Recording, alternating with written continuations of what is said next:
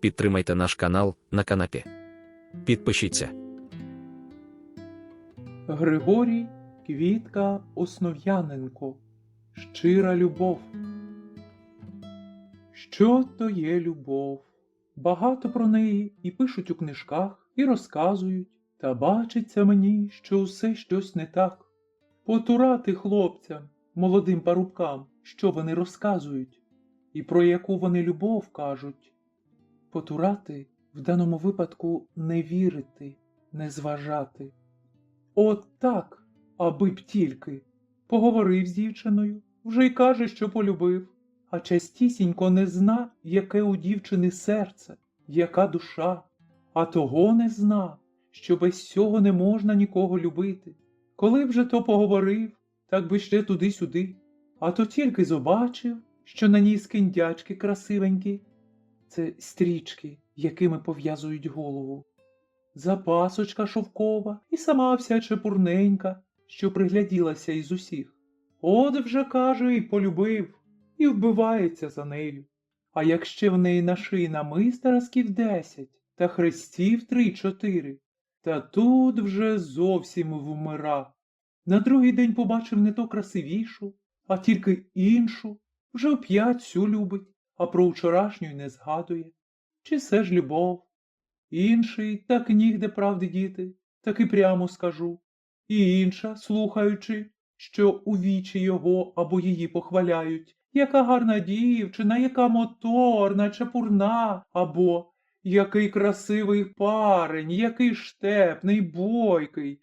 От серденько заграло, і здається вже, що кріпко полюбила того, що хвалить. А се він або вона никого любить, як себе, і дума, що оте правду так у вічі й кажуть. Та се вже не любов, а дяка, що мене похваляють, та що весело мені про те слухати. Оце, далебі, що се не любов, а так, іграшка, вітер. Вітром навіяло, вітром і вижене. Та чимало в людей, через що зоветься любов. В них любов і через карії очі, через довгу косу, через рум'яні щоки, через гарну плахту, через вишивані рукава, через танці, через проворство. Та я ж кажу, що і через намисто, і через усяку худобу. Все в них любов. І там, кажуть, любов, де її і ні капелинки нема. Послухайте мене, я таки пожив на світі, бачив дечого чимало на своєму віку, а що й чував від стариків. Бачив і добро, і худо. Розберу потроху, де чорне, де біле. Бачив я, живучи стільки на світі, усякої любові, і який з них толк бува. Так от що то є щира любов? Щира любов не приглядається. Чи карі, чи чорні очі, чи з горбиком ніс, чи біла шия, чи довга коса. Їй до сього всі нужди мало. Часто бува, що один одного не дуже розгляділи, не мовили промеж собою ні словечка, не знають, хто є і відкіля, а вже один одного зна, один одного хоч де, то пізна, один на одного дивиться, один без одного скуча. І якби могли обоє, кинулися б один до одного, щепилися рученятами, та й не розлучалися б повік. От як так одна душу другу знайшла, що як сестри собі рідненькі, як серце з серцем здружилось, то вже їм і не можна нарізно жити. Треба їм зійтися, треба їм одному втіхою і порадою бути. Таки недовго будуть дожидати. Скоро зійдуться, мов давнішні приятелі, буцім то були колись укупі, розрізнились, а тепер знов зійшлись. Стануть промеж себе розговорювати, думка в них одна, речі знакомі, обоє однаковісінько об усім розмишляють, обоє об усім однаково знають, одного хотять, одне люблять, одного не хочуть, одного цураються. Так бува меж людьми, усе нарівно, чи вони чоловіки, чи чоловік з дівкою, чи жінки промеж себе. Тут тільки душі себе знають, а до прочого діла нема, аби б тільки вони вдвох. Та їм ні до чого діла нема. Їм і скрізь хмари сонце сяє, їм і під дощем сухо, на морозі тепло, у пустині весело. Мовчать, а один одного думку зна. Одному горе, другий точнісінько так же стражда. Одному весело, другий усе своє лихо забув. Одному треба ниточку, він рад усю худобу віддати. Один захоче що достати, другий турбується, нічого не жаліє, усе кида, аби б його удоволити. Одному приходиться слізку пустити, другий усю кров свою рад віддати, щоб оборонити його від того. Одного притісняють, зобиджають, другий за нього хоч на муку, хоч на смерть готов. Коли одному з них приходиться постраждати, до віку в біді жити, другий, не думаючи довго, сам іде у біду, аби другому було добре. Постраждаю, каже, і не витерплю, вмру дарма, кого люблю, защищу від біди, збавлю від горя. От сама щира любов, хоч меж нами, чоловіками, хоч меж жіночим родом. Нема мого нічого, усе приятелеве. Не для себе живу, для приятеля, як і він для мене. А як така любов та народиться меж парубком і дівкою, і возьмуться вони меж собою, так от благодать Господня, живуть, як у раю. Не тільки сварки, і лайки межи ними нема, та й думки противної одно против другого не зна. Одно другому дивиться у вічі, як би вгодити, як би розвеселити.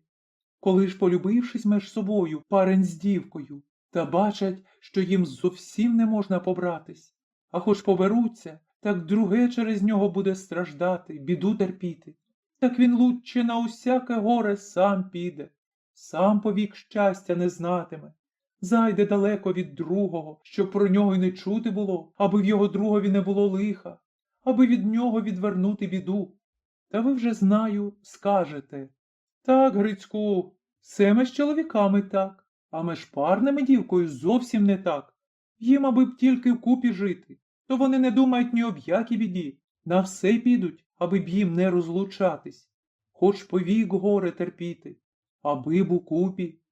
Так, та не так зна самая щира любов. У неї нема своєї волі, свого хотіння, свого щастя. Вона живеть для другого. Так от усього лучче я вам розкажу саму істинну правду, що недалеко було, а у нашому Харкові. Правда, не теперечки.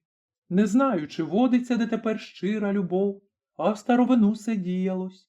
Та, певно, діялось. Є ще, мабуть, старі люди, що не дадуть мені збрехати. Хороший город Харков, великий, веселий, що церков Божих, що панських хоромів, що казенних домів, як є палати, школи усякі, і для паничів, і для ради панночок, святого владики хороми, пошта, потюремний замок. Батечки, яких то домів у ньому нема, хороші та великі, та усе муровані, та верхи зеленою краскою розмальовані. Або дзвіниця серед города, що каже: коли хочеш верх її побачити, то перш насунь кріпше шапку, та тогді задирай вже голову. Шукай, не вздриж верх святим хрестом.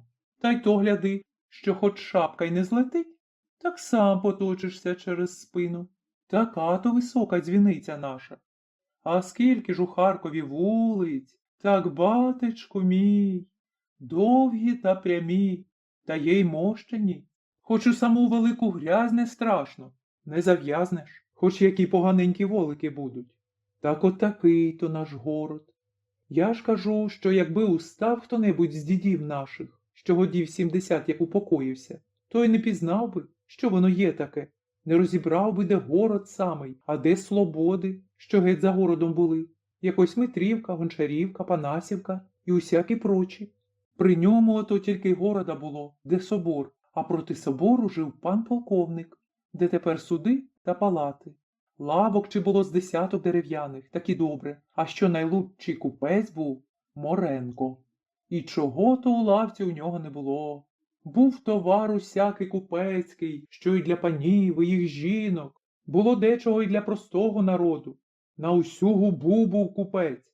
За лавками зараз башта Деркачівська, а де тепер сапожний ряд, була башта Протопопська. А третя башта там була, де спускаємося тепер, ідучи до Нетечі. От і увесь город. А скрізь де хуторець, дворів скільки, і церква, от як на Подолі, за Харковом, за Лопанню. Лопань – це річка, ліва притока річки Уди. Там за Лопанню, зараз за річкою, де тепер хороші і великі хороми, там були озера, очеретом порослі, а геть дальш стояли тоді панські будинки, великі та хороші, на красу тоді усім були. То були будинки пана Дуніма. Гай, що в тім домі жила за праведна душа, пані Дунінова, старосвітська пані. Як їй не дав Бог діточок, так вона кохалася в чужих. Та в яких? Самих бідніших сиріточок набере, де прочує, та як мати рідна за ними вбивається, доглядає їх, пестує, коха, до розуму доводе, хлопчиків повиростають, у службу віддасть. Гляди, ще голя охвіцером. Дівчаток заміж повіддає, та усе за хороших людей. А як вмерла, так їм і вотчини свої пооддавала. Отака була вона, нехай царствує. От її-то хороми красою були на всю Залопань і на весь город. Недавно ще їх розламали, там теперечки новий базар. А геть туди дальше пішли Слободи, Гончарівка, а далі, як вистроїли кладбищенську церкву Митрія, так і на кладбищах стали люди селитись. От і Митрівка стала. На Гончарівці перший сів, розказувала мені стара дуже бабуся. Я було до неї заходжу розпитувати про старовину. Так казала, що перший сів якийсь то Кузьма Гончар. От від нього, синку, так мені бабуся розказувала, і стала Гончарівка. А у нього було 3 сини жонатих і 3 невістки, та ж 4 дочки. Так що ж то за дівчата красиві були, так і сказати не можна було. Таки точнісінько, як намальовані, а невістки молодиці, де то вже він їх підібрав? Таки, як одна, чорняві, повновиді, як квіточки, рум'яні. Від них то, синку, й пішла Гончарівка, і дівчата на славу красиві. Не було ні у самому городі, ні по селам нігде, ні меж панами, ні меж попівнами таких хороших та красивих дівчат, як у нас на Гончарівці. Адже ж коли яку дівку захочуть похвалити, то і кажуть: яка гарна дівка, неначе з Гончарівки. Отже я, синку, і сама з Гончарівки, каже було бабуся, та й стане виправлятись і облизуватись. А вже було їй так, мабуть, годів 90. І я була колись дівка непослідня й по Гончарівці. Тепер тільки так щось, чи після лихоманки, чи що. А то й за мною бігали охвіцери, як ще тут стояв граф Панін з військом, як бендер від турка добували. Отже ж у ту пору, як Панін стояв у Харкові, а військо скрізь по селах, то і в самому городі, як нігде не було солдатам стояти, так усе стояли по квартирям охвіцери та начальники, і великі, і маленькі, а солдати приходять було тільки на муштру. Прийшла весна. Об Євдокії сонечко злизало сніг по горбикам. Стало тепленько. Увесь народ з города по праздникам руша на Гончарівку. І що то? Сидільці позапирають лавки, писарі з канцелярії покинуть писати. Сидільці – це люди, які займаються дрібною приватною торгівлею на ринку або на вулиці. Писарі з канцелярії покинуть писати, шефчики, кравчики, свитники, студенти з бурси, своїми спекторами, а часом і учителі, офіцери, і панки, і настоящі пани, і молоді, і вже підтоптані, усі ж то лавою йдуть. Куди ж то? На Гончарівку. А чого? Дивитися, як дівчата там у хрещика грають, кривого танця водять. Може б, де ближче подивилися? Адже усюди дівчата грають, усюди весна. Так ні, на Гончарівку, притьмом на Гончарівку. Нігде нема таких дівчат красивих, моторних, жартовливих, непишних, як на Гончарівці. На других не хотять і дивитись, не хотять других і займати. Отже, і город став розселюватися, і якого в ньому народу не завелося, а все гончарівські дівчата не виходять з слави. Та нігде правди діти. І теперечки гончарівка через своїх дівчат у великій моді. А скільки там діялось усякої всячини, не один парнюга з ума сходив від чорних брів якої-небудь Наталки. Не один живчик скручувався від поводу очей Мелашки. Не один батьків син і худобу б свою всю віддав і у батраки пішов би, аби б його полюбила Тетяна. Так бо ні, не на таківських напали. Пожалуй, всі вони були веселенькі, жартовливі, приятельні. А тільки що не так думаєш з нею обіходиться, зараз відвернулась, не дивиться, не заньма її, вона тебе не зна.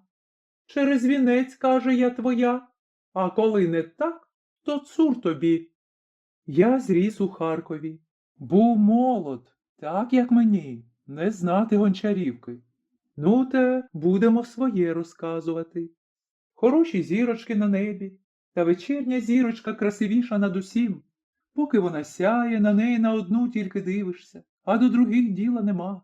Хороші квіточки по садкам, не наглядишся, не нарадуєшся, дивлячись на них. А як зацвіте пишна рожа, так всіх позабуваєш, усі проминеш, а тільки на неї й дивився б усе, і її одну бажаєш. Так у ті пори було на Гончарівці. Хороші, красиві, моторненькі дівчата у хрещика грають, хороводи водять. Та одна між ними, як червона рожа між маківками, як вечірня зірочка між усіма зірками. Чия ж то така? Жив на Гончарівці хазяїн заможний. Було й товару, скільки там штук, було й поле, був і ліс. Чоловік той сам усім орудував, держав батраків, і як до усього сам доглядався й порядки давав, так тільки й знав, що год з году все багатів. Хати були з 2 верхами. Всередині хата з кімнатою, через сіни противна хата. А на дворі в нього чого там не було. І загороди для скотини, і хліви, і інбарі, і комори, і виходи. А що в них було? Не збрехавши, можна сказати, що у іншого пана і у половину не було стільки добра, скільки було усього чоловіка.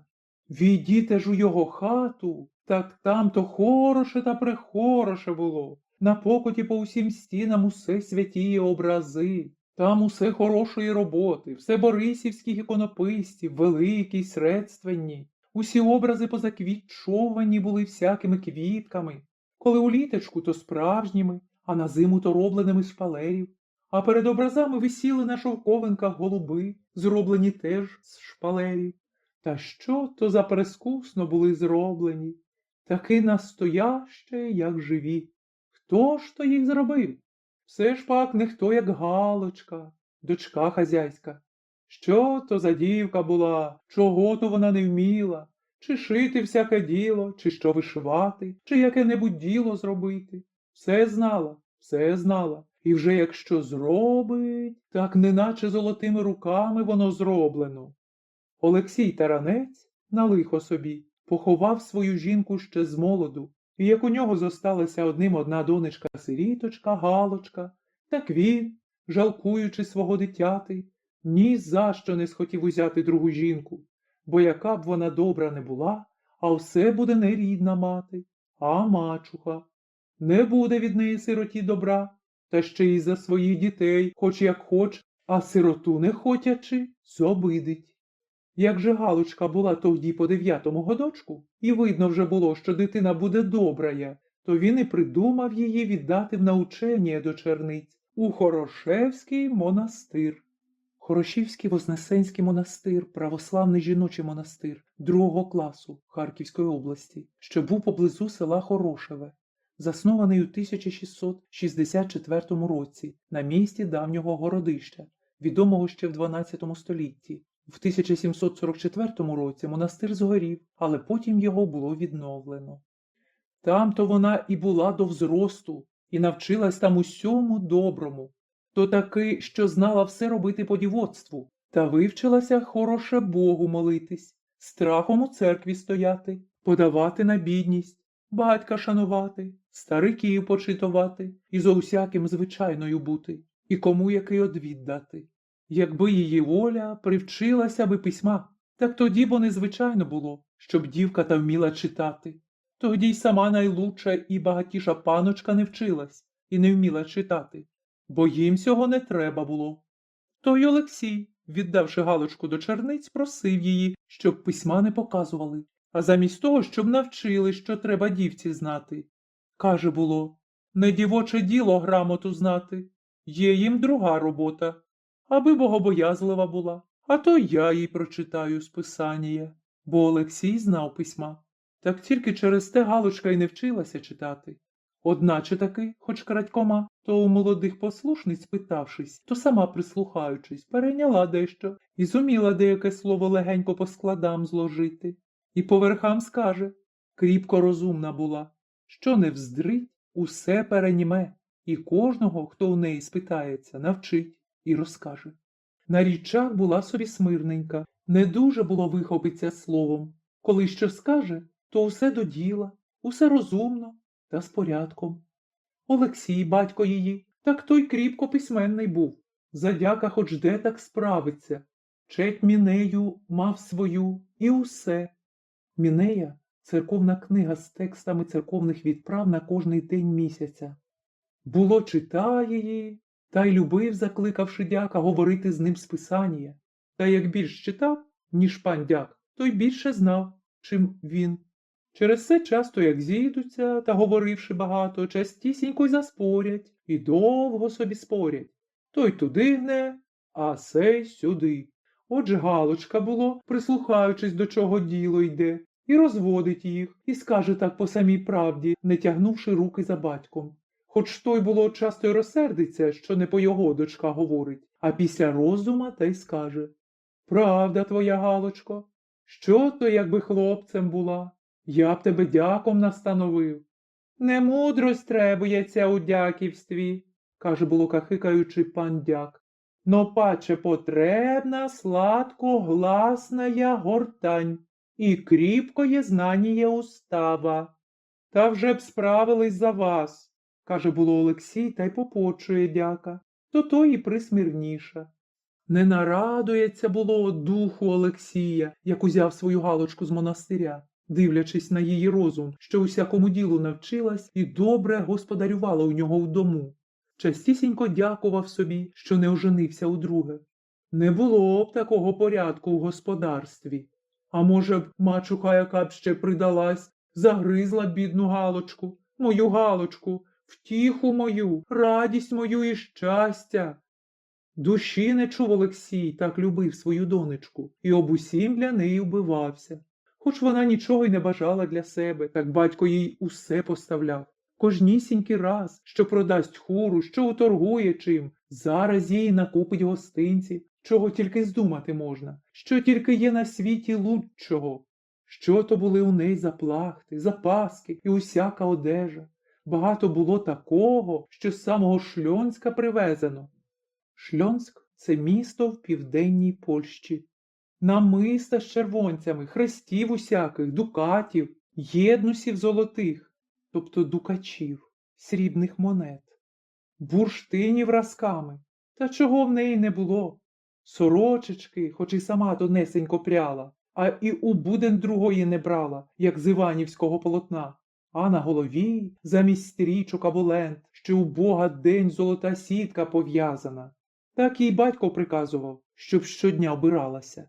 «Я для тебе, – каже, – нічого не жалую, не жалуй же й ти нічого. Спасибі Богу, що придбали, не переносиш того за свій вік. Одно зносиш, 10 поставлю. Нехай моя дитина перед усіма видна буде.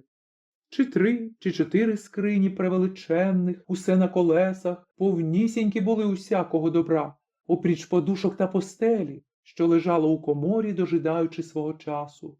А час усе не приходив.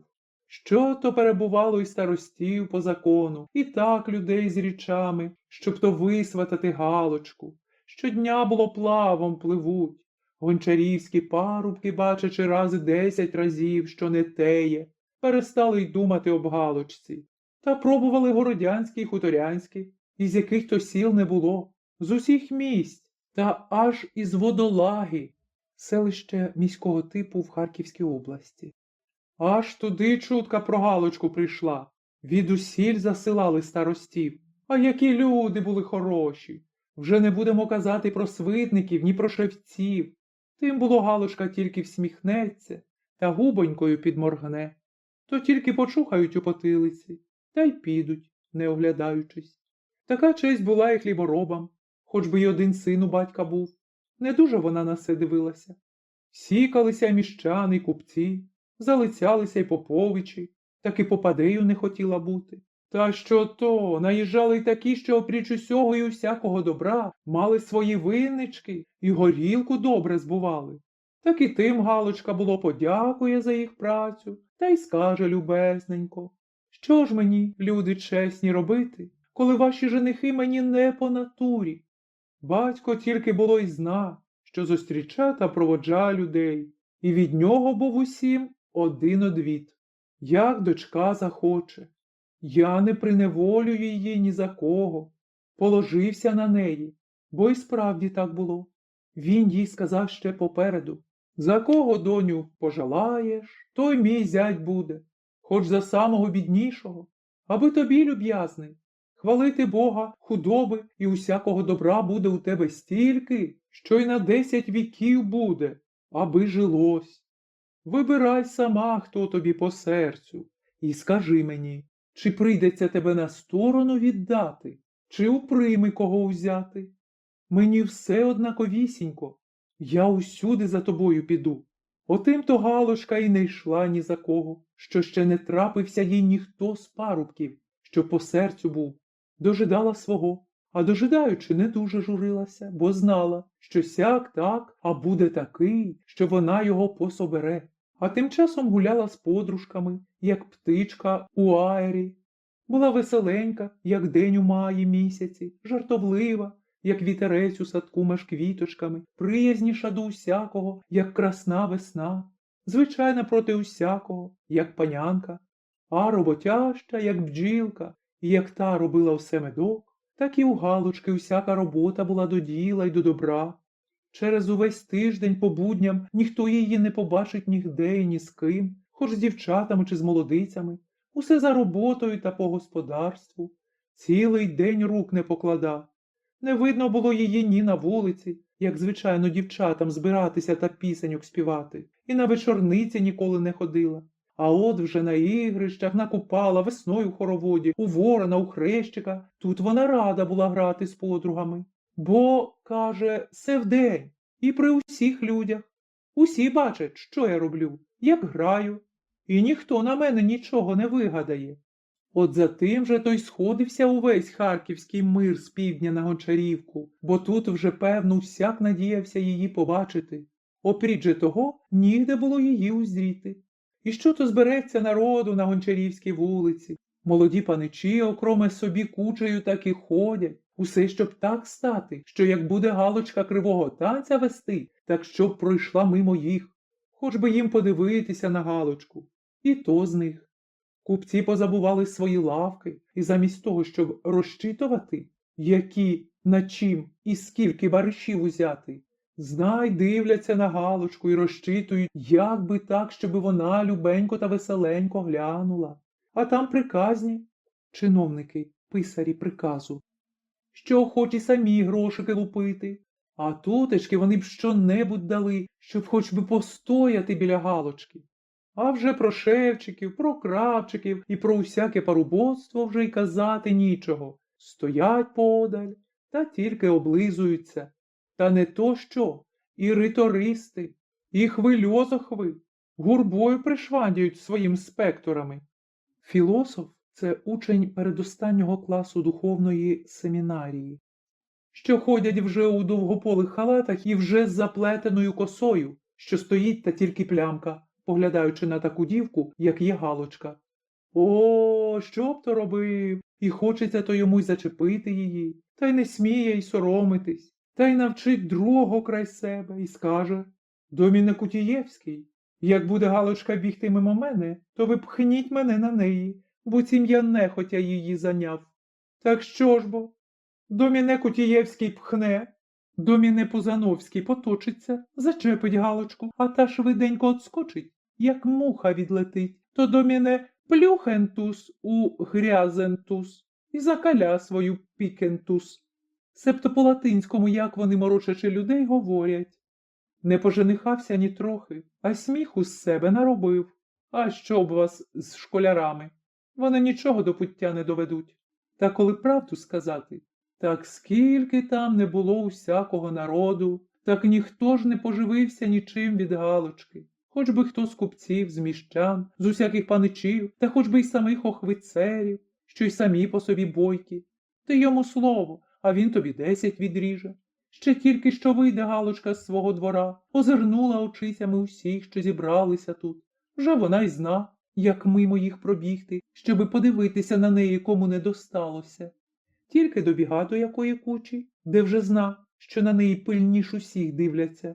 Тут вона очиці опустить у землю. А що за оченята були, як є самий спілий терен ягодка. Та так скрізь і бігають, аж сяють. І не пив би, і не їв би нічого, усе б у них дивився, бо, дивлячись у них, так гарно, так весело, що не тільки розказати не можна, та й не тямиш сам себе з якої-то радості. Так вона бо зараз і напустить свої чорні і довгі вії, і скрізь них очиці, мов зірочки скрізь серпанок, так і блистять. І то рум'яна, а то ще почервоніє, як звичайно чесній дівчині, шануючи того, перед ким стоїть або з ким говорить. Так така гарна, така красива, що й розказати не можна. Коли бачив хто, як часом, бува, зимою зоря погорить та червоніє, що аж на снігу віддає, отака стане й Галочка. І тільки добіга до такого, що вже зна, що хоч словом її зачепить, якраз тут і відвернулася, чого-небудь подругу спитати буцімто. А тут теж біда. Хоч не побачиш її красивенького лиця, так побачиш білесеньку шию, що від бархаток, що єднуси почеплені, і ще красивіше віддає.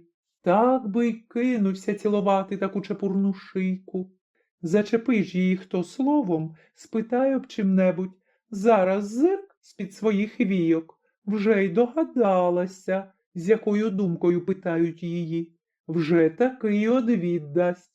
Коли чесний, поважний чоловік її питав б ділі, вона зараз уклониться і скаже, що треба, та тихенько та приятненько, мов чижичок проспіва, та звичайненько та так розумно, що інший письменник так не скомпонує. Нехай же з дурною думкою хто її спита хоч об чим-небудь. Так тут вона гляне на нього, мов та королівна, та не кажучи нічого, тільки губоньку піднявши. Ніби усміхнеться. То той, що питав, і остався, як опечений. Почервоніє, стида ради, як рак, і, позичаючи сірка очей, стане ховатися за людей, щоб вже його й не бачили. Така то була Галочка Таранцівна. На славу не тільки Гончарівці, а й усьому Харкову краса. Чутка об ній далеко йшла, а що пісень на неї поскладали, так усюди вони пройшли. Усе то Галочку Таранцівну, яка то вона хороша, яка розумна і звичайна. Спитайте на Гончарівці, там ще тямлять, як розказували про неї діди й батьки наші, і яка їй випала планета. І вже їй було так, що годів з 20, та, може, 100 пороздавала гарбузів женихам, що з усіх місць до неї з'їжджалися. А й досі не вибрала собі ні одного парня, та прийшов же і її час. Галочин батько, Олексій, як дівчата й його дочка грають на вулиці, і уся Гончарівка збереться дивитися на них, і на тих, що аж з города поприходили дивитись, то й він, було, вийде, сяде на колоді з ким з приятелів, та й розговорюють, об чим там прийдеться. Раз сидів він собі там на колоді, і де об чим задумався, аж зирк, охвицер іде, та прямо до нього. Повернувся та й сів рядом з Олексієм, близенько від нього. Олексій, як треба, зараз скочив, поклонився охвіцеру, звичайно, та й хотів дальше відійти, бо не приходилося мужикові рівнятися з його благородієм. А офіцер його за руку сіп та й каже просто, по-нашому. Куди ти, чоловіче добрий, устаєш? Сиди. Та ні, поклонившися вп'ять, сказав Олексій. Вже нам не подоба проти вас рівнятися. Ми постоїмо. Отак же. Так все я тебе зогнав? Не хочу цього. Не хочу. Сідай же, зділай милость, а то я устану і піду собі. Чого тут царамонитись? Хіба не усе равно? І ти чоловік, і я чоловік. Усе ми Боже создання. Як це можна? Ви таки ваше благородіє, а я? Усе однаковісінько. Я офіцер перед солдатами та на муштрі, а ти мені рівний і стар проти мене. Сідай же, сідай. Та все кажучи, і усе притягуючи Олексія до себе, силкуючися, таки посадив його при всіх на тій же колоді, і вже близенько край себе, і почав з Олексієм люб'язно розговорювати. Спершу Олексій зупинався, не смілко було йому з таким лицем просто розговорювати. А далі, бачачи, що офіцер душа препроста, і хоч молодь чоловік, та розумні слова говорить, осмілився і став, мов своїм рівним, про усе говорити. Офіцер його розпитує, а Олексій розказує, де живе, чим промишляє, і про усячину там говорили, аж геть-геть. Олексій так уподобав офіцера, так уподобав, що тільки би слухав його розумні речі.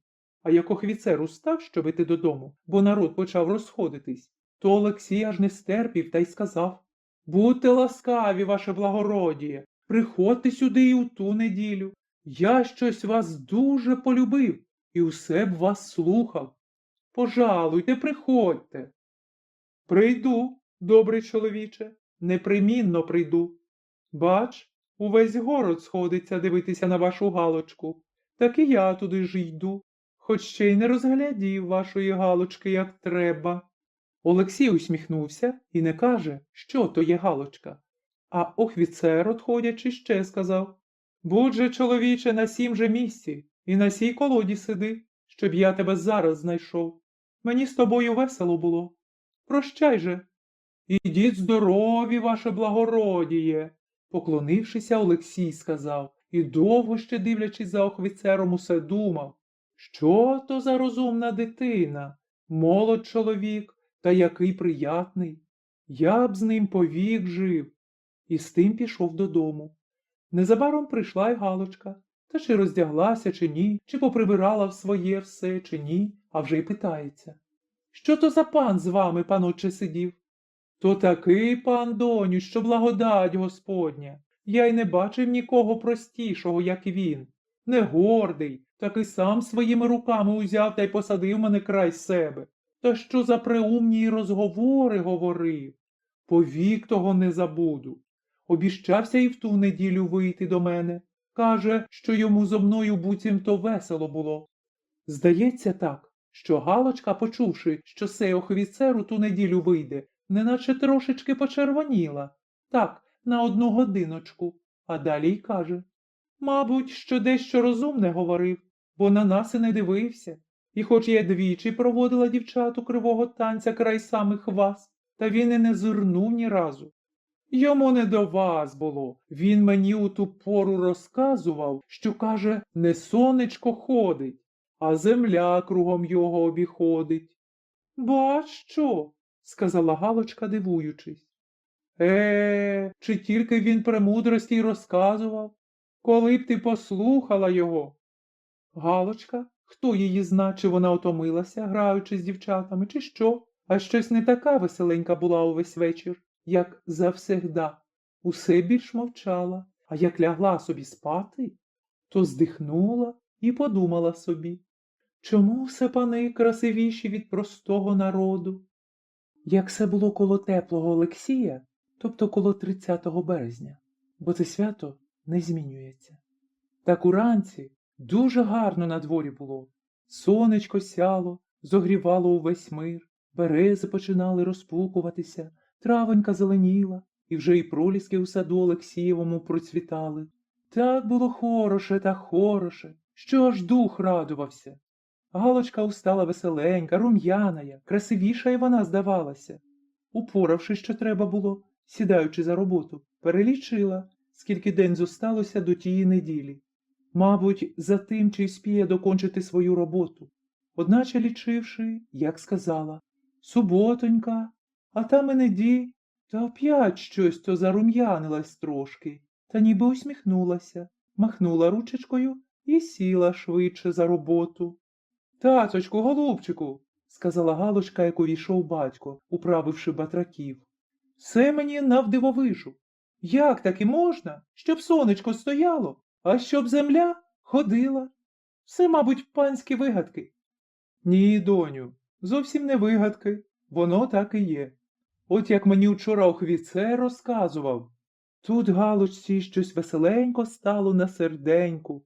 Мабуть, вона зрадувалася, що почує, що і як у Божому світі робиться. Може, батько їй багато розказував, що чув від охвіцера, і закінчив, що розумнішого чоловіка ще й не бачив. А Галочка йому відвід тільки й промовила.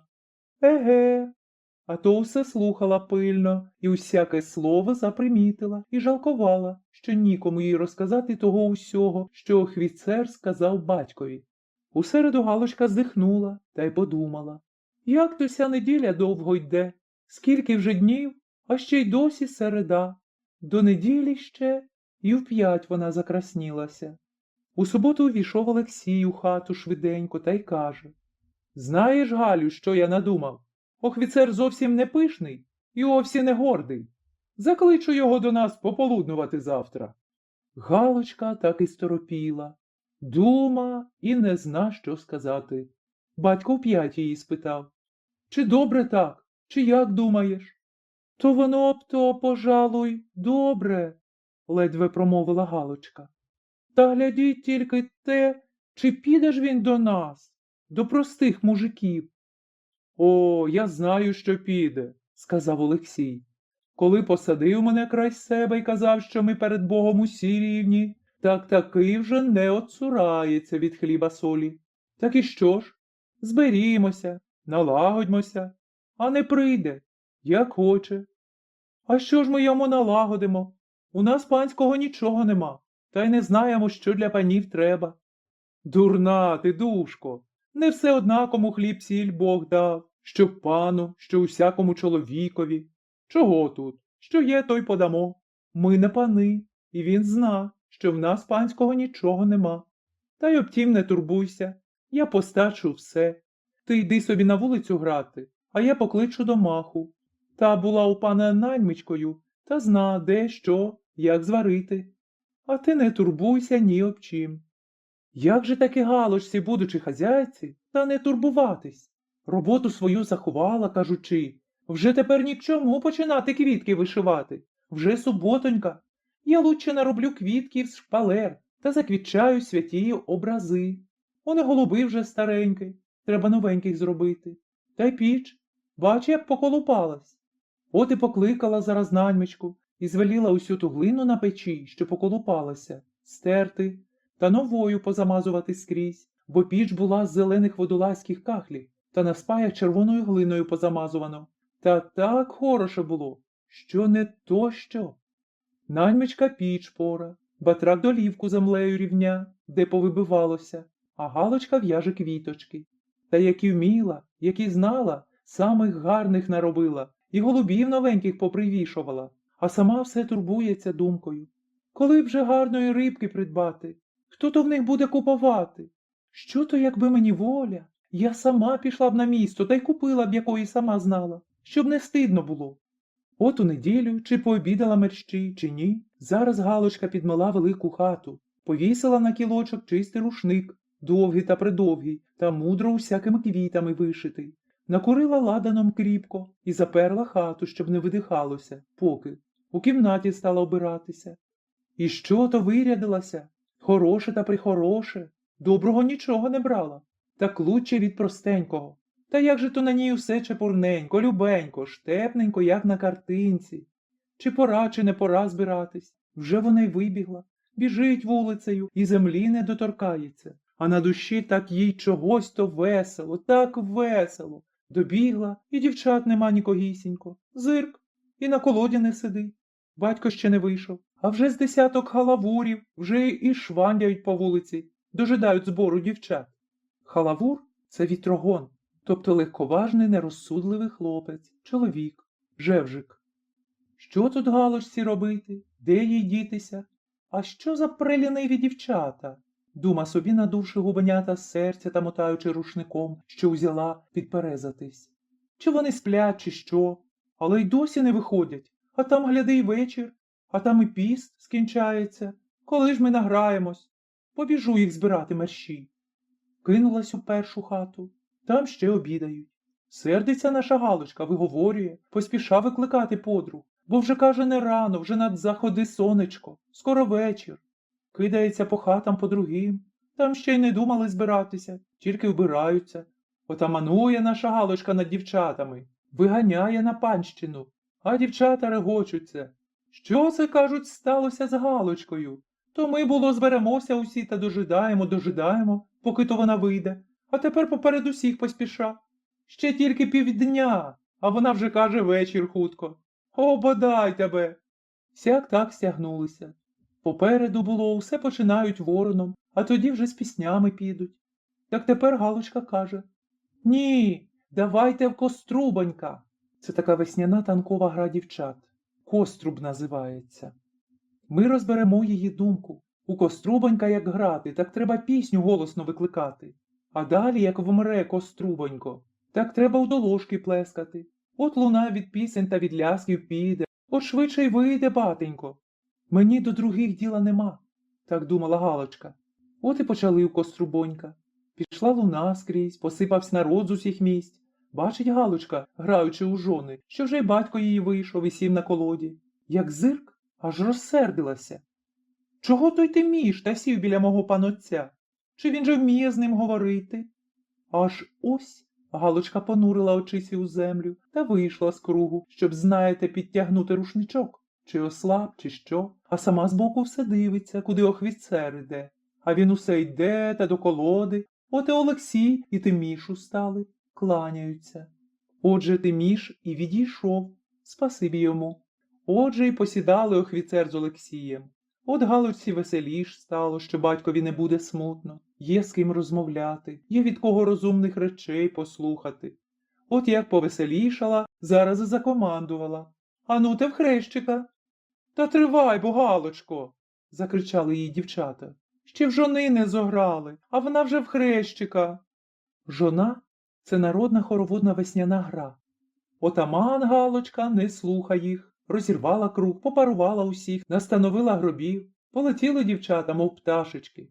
Еге, то Галочку й тут знати. Не біжить, а мов рибонька, прудко пливе, і рученятами не мота, а тільки вихиляється, мов той молоденький ясенок, що легенький вітерець колише його. Піймай же її. Куди? Хіба муха тільки за нею злетить? Та куди ти, Галочко, все біжиш? Кричали на неї і ті дівчата, що гробами були. Усе до колоди біжи. Хіба не бачиш, яка там калюжа? Добре тобі, що ти така легенька, що і перестрибнеш через калюжу. А ми не вдержимося, та так у неї і шубовнемося. Бач, як позабрьохувались. Та то я, дівчата, за тим туди біжу, бо тут згори, так легше. Так відбріхувалася хитра Галочка, бо всі туди не згори було, а трошки горбовато і попереду калюжа. Та їй нужди мало. Вона через ту калюжу, як думка, так і перелетить, а їй аби ближче підбігти до колоди. На колоді сидить батенько її, а з батеньком охвіцер. Та що за хороший! Молоденький, чорнявенький, очиці як жар, на виду рум'яненький та білий. Вже видно, що панського роду. Та як чепурно прибрався, і як приятельно з моїм панотцем розговорює. От вже хороший та красивий, тепер я його лучше розгляділа. Так думала Галочка, добігаючи усяк раз до колоди, і що не робила, як не виспівувала, не зирнув офіцер ні разу ні на неї, ні на дівчат. Не до пісень був, і не до ігрищ йому було. Він на сю пустоту не дуже заглядався. Йому дівчата байдуже. Він собі був такий чоловік, що коли узявся за яке таке діло, так вже не доїсть, не доп'є, і ні об чому не дума більш, поки не скінча свого діла. Тепер він, побачившися з своїм приятелем з Олексієм, став йому розказувати про все, що діялося у нашому царстві, як татари було заполонили усіх нас, як командували над нашими старшими, і як здирали з народу останніх, хто що мав, як наші відбилися від татарви, і далі, який цар, після якого воцарявся, і як цар Петр по всім усюдам дав порядки. Усе розказував з великою охотою, і не дивлячись ні на що край його діється, бо бачиш, що його слуха чоловік розумний, усе поніма і хоче ще більш слухати, щоб усе знати. Олексій так би й не одійшов від нього, і, бачачи, що вже не так рано, став пильно прохати офіцера, щоб пожалував до нього хліб солі откушати. «Піду, мій любезний», – сказав офіцер, устаючи. «З великою радістю піду, бо бачу, що й ти мене полюбив, як і я тебе. Тільки з уговором піду, щоб ні ти, ні жінка твоя, ні сім'я твоя, щоб не величали мене благородієм, та щоб не втрачувались на мене нічим. Що ви кушаєте, те й я буду. Усе Божий дар. Та чим багаті ми раді вас, такого доброго й милого пана, угостити. Не положіть тільки гніву за нашу простоту. А як же нам і величати вас, коли ви є ваше благородіє? На що це благородіє? Кажу тобі, не треба. Ти не солдат, і я не на муштрі. Зовіть мене просто Семен Іванович. Так розговорюючи, і дійшли до двора, і Олексій увів свого гостя у велику хату. А Галочка бігала у хрещика. Зирк до колоди. Нема панотця, немає офіцера. Мабуть, вже пішли до нас. Подумала собі та й притихла. І ноги в неї болять, вже й утомилася, вже й не здужає. Піду, каже, додому. Куди ти підеш? Гукнули на неї дівчата. Ще тільки розігралися, а ти вже й втікати. Давай, мов, кривого танця. Веди, Галю, без тебе ніхто не виведе. Як собі хочете, дівчаточка, голубчики, а справді кажу, що треба додому. Так мені щось, чи з очей, чи що. І пішла Галочка додому, та перше тихою стопою, а як відійшла далі від дівчат, так як стріла, і не забарилася добігти. Увійшедши в противну хату, мала причепуритися після бігання, так бо й руки, й ноги трясуться, і не зна, за що й взятись. Сяк так нічого робити, хочеться прийти у кімнату та послухати, як офіцер буде з батьком розговорювати і що розказуватиме, а тут щось соромиться і не сміє, і боїться. Та схопивши, що попало, буцім треба сховати, та й понесла. Увійшедши у велику хату низенько, звичайненько поклонилась гостеві і тільки що хотіла пройти у кімнату, а батько її зупинив, питаючи: «Чи вже ти, Галочкою, вернулася? А чому все так рано?» Галочка, ще кланяючись, накинула очком, що офіцер щось розказував, а як вона ввійшла, так він, уздрівши її, так і замовк, і рука, догори піднятая, так і зосталась, а сам так же пильно дивиться на неї, що наче з'їсти її хоче. Галочка, звичайно, як дівка, все оте підгляділа, та ще й пуще засоромилася. Перебігла б мерщі у кімнату і заховалась би, так панотець питає її об чимсь, а об чим вона й не розслухала. Та вже він удруге спитав, а вона, стоячи перед ним, переминається та червоніє, як є калина, а далі вже намірилася та й сказала: «Та не знаю, дощ розігнав. Там дівчата, поїхали». «Добре, коли при такому сонечку та вас дощ розігнав. Їдь же й ти, куди хоч», – так сказав Олексій, усміхаючись, бачачи, що Галочка й речі не знайде, що сказати. Не вспів батько сього сказати, а Галочка вже як тая муха улетіла в кімнату. «Це моя дочка, Семене Івановичу», – став казати Олексій. «Не положіть на неї гніву, що вона так обрябіла при вас і не зуміла одвіту дати». Галочка притулила своє ушко та й не дише, щоб дослухаться, що офіцер про неї скаже. А Семен Іванович, дивуючись, і питається: «Так Галочка твоя дочка?» «Моя, Семене Івановичу».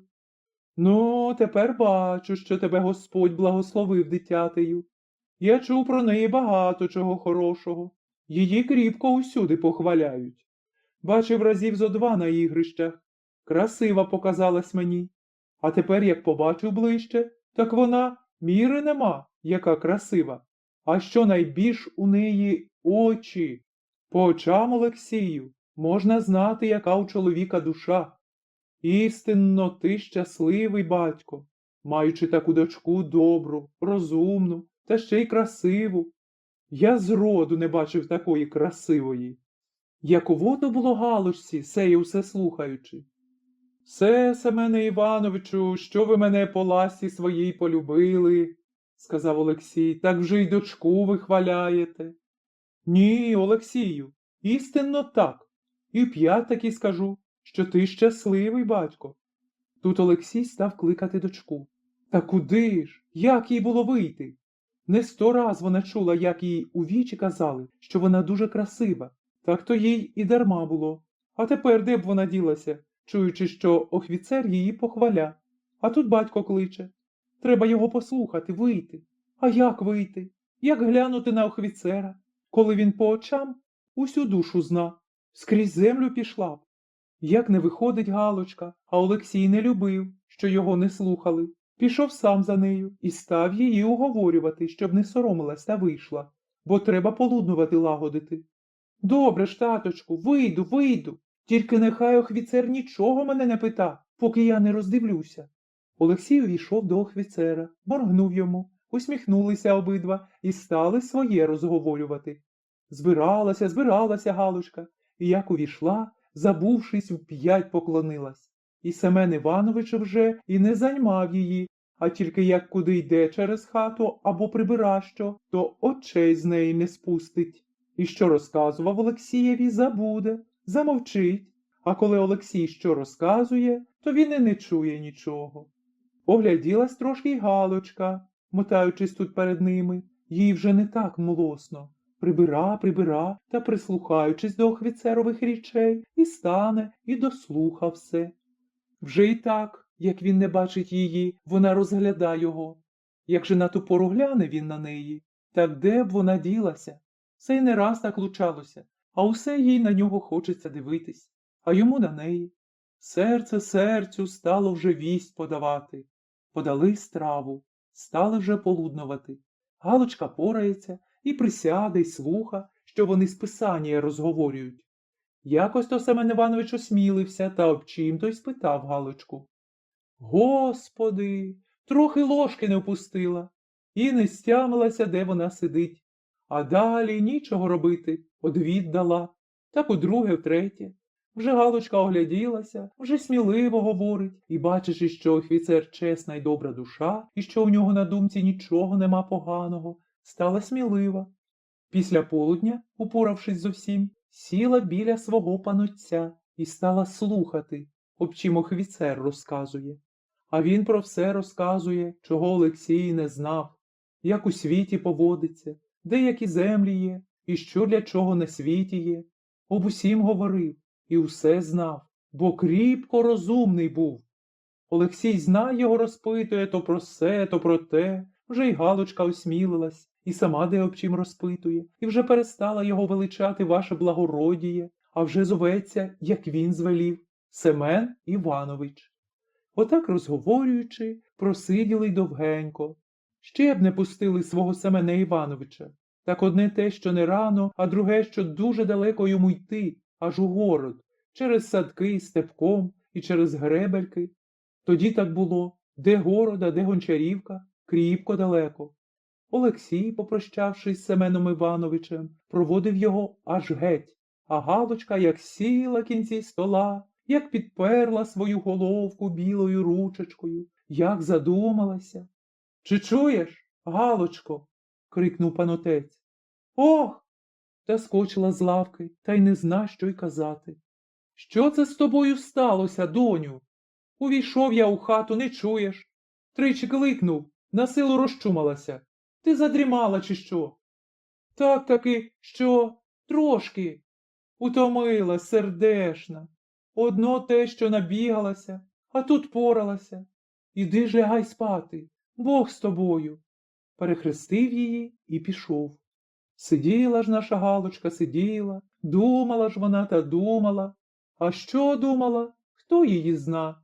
Тільки й промовила. А що ж з цього буде? Та й сплакнула, перехрестилася і лягла вже, так до півночі доходило. Смутна сіла за роботу наша Галочка, смутна й пообідала. Чи то пак не обідала, а тільки за столом, так. Олексій дивувався й питав її, чом вона нічого не їсть і чому така смутна. Ні, таточку, що ж ті голова? Ні, мені все нудно та тошно, сказала Галочка та й здихнула важко. Чи не набігала ти, нехай Бог милує, лихоманки? Набігала лихоманку, що й повік не забуду, подумала Галочка. А Олексій, помовчавши, і сказав: обіщайся у неділеньку у куряж сходити. А то ж, таточку, коли б швидше неділенька прийшла. От то-то наша Галочка така й смутна була, що неділенька далеко, аж через 6 день. У неділеньку офіцер обіщався прийти до них. Коли ж то це буде? Коли дождеться тієї неділеньки? А тут так, що через силу ходжу. Так собі думала Галочка, перемиваючи ложки після обід. Якось риб у двері. І хто ж? Семен Іванович. Галочка усе з рук так і повпускала. Серця не серця на мене, Олексію Петровичу, сказав Семен Іванович, увійшедши в хату і поклонившися попереду старому, а там і Галочці. А я до тебе прийшов і сьогодні, як хоч. Мені без тебе скучно. Я люблю з тобою беседувати. Як упорався з службою своєю, зараз і потяг до тебе. Скажи мені по істинній правді, чи не мішаю тобі у чим? Може, ти своє робив? Я у друге урем'я прийду. Та що це ви говорите, Семене Івановичу? Сказав Олексій. Я б вам не то що, я б усе перед вашим здоров'ям так би й стояв, і усе б слухав, що ви нам доброго розказуєте. Знаєте що, коли так, як вам є урем'я, то коли тільки захочете, так прямо йдіть до нас. І двері, і душа моя для вас відчинені повсякчас. Ви мені ні у чим не помішаєте. Я зранку порядок дам батракам, та й пан на увесь день. І вже мені худоба того не дасть, що ви мені розкажете, або, прочитавши, розтолкуєте по ласці вашій. Приходьте ж хоч повсякдень. Чи так, Галю? Єй же так, сказала Галочка, слухаючи такі батькові речі, що їй здавались так, неначе хто на гуслі їй грає. Так, паноченьку, і мені веселіш буде на душі, коли вам весело буде з Семеном Івановичем. Так, може, тобі, Галочко, скучно буде, що ти сама собі сидітимеш? Спитав Семен Іванович, пильно приглядаючись їй у оченята. І то вже, сказала Галочка, опускаючи очі зірки свої у землю. Буцім я сама собі сидітиму. Адже батенько мене не віджене, коли я тут буду з своїм ділом. Тут таки робитиму своє, а тут слухатиму, об чому будете розговорювати, або що читатимете.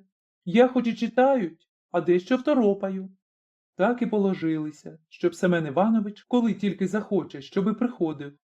Та й зачастив же, що у Бога день покінча своє діло, справить, що треба, та не оглядаючись на Гончарівку. Бачите, до Олексія. Йому буцімто тільки його й треба. Тут вони сидять, розговорюють, читають.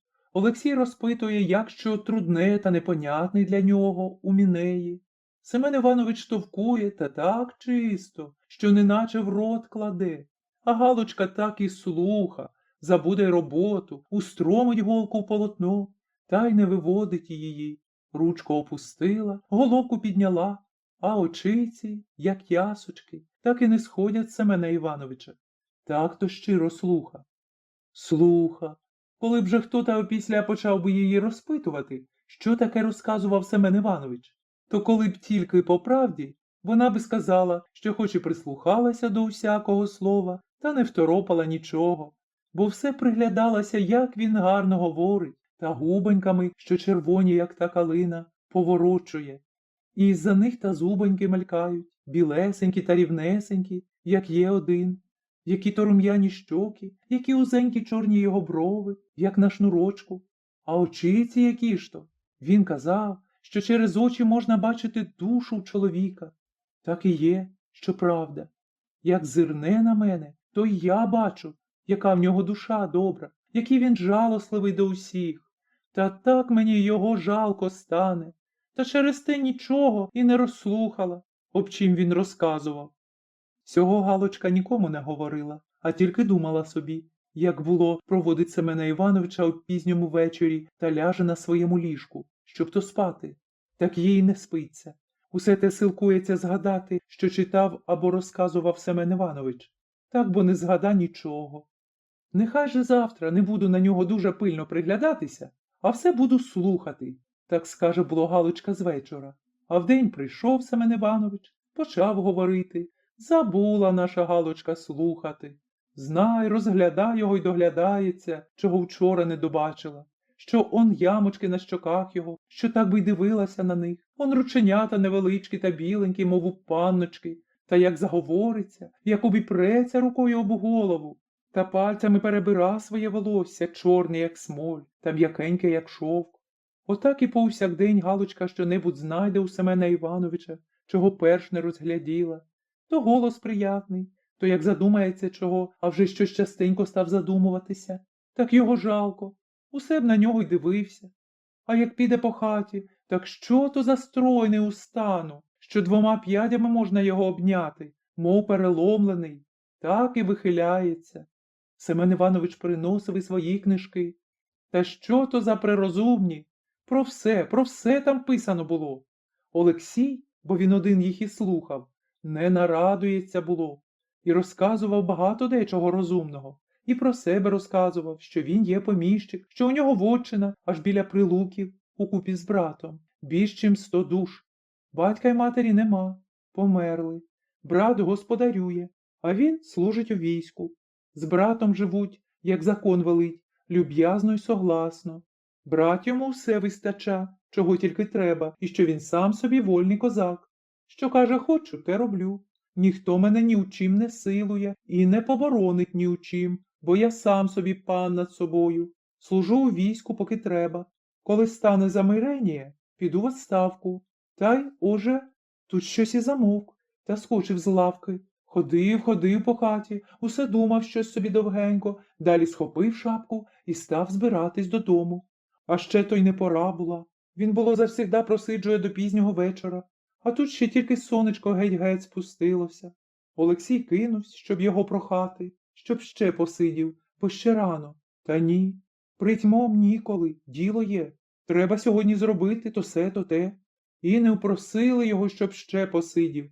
Пішов собі тихою ступою, похиливши голову. Ступа – манера ходити, ступати, хода. Олексій став жалкувати, думаючи, чи не розсердив його чим. Так бо ні, так приятельно розговорювали. Хіба чи не ти, Галочко, чим його розсердила? Щоб то я, паноченьку, ледве промовила сердешна Галочка, бо сльози так налягли їй на душу, що й дихати важко було. Так бо й ні, п'ять став розмишляти Олексій. Ти йому сьогодні й слова не сказала. Не знаю, що це таке є. Нехай чи не прийде завтра, розпитаю. І пішов з хати. А Галочка як подумала, а як не прийде, та з цим словом як заплаче.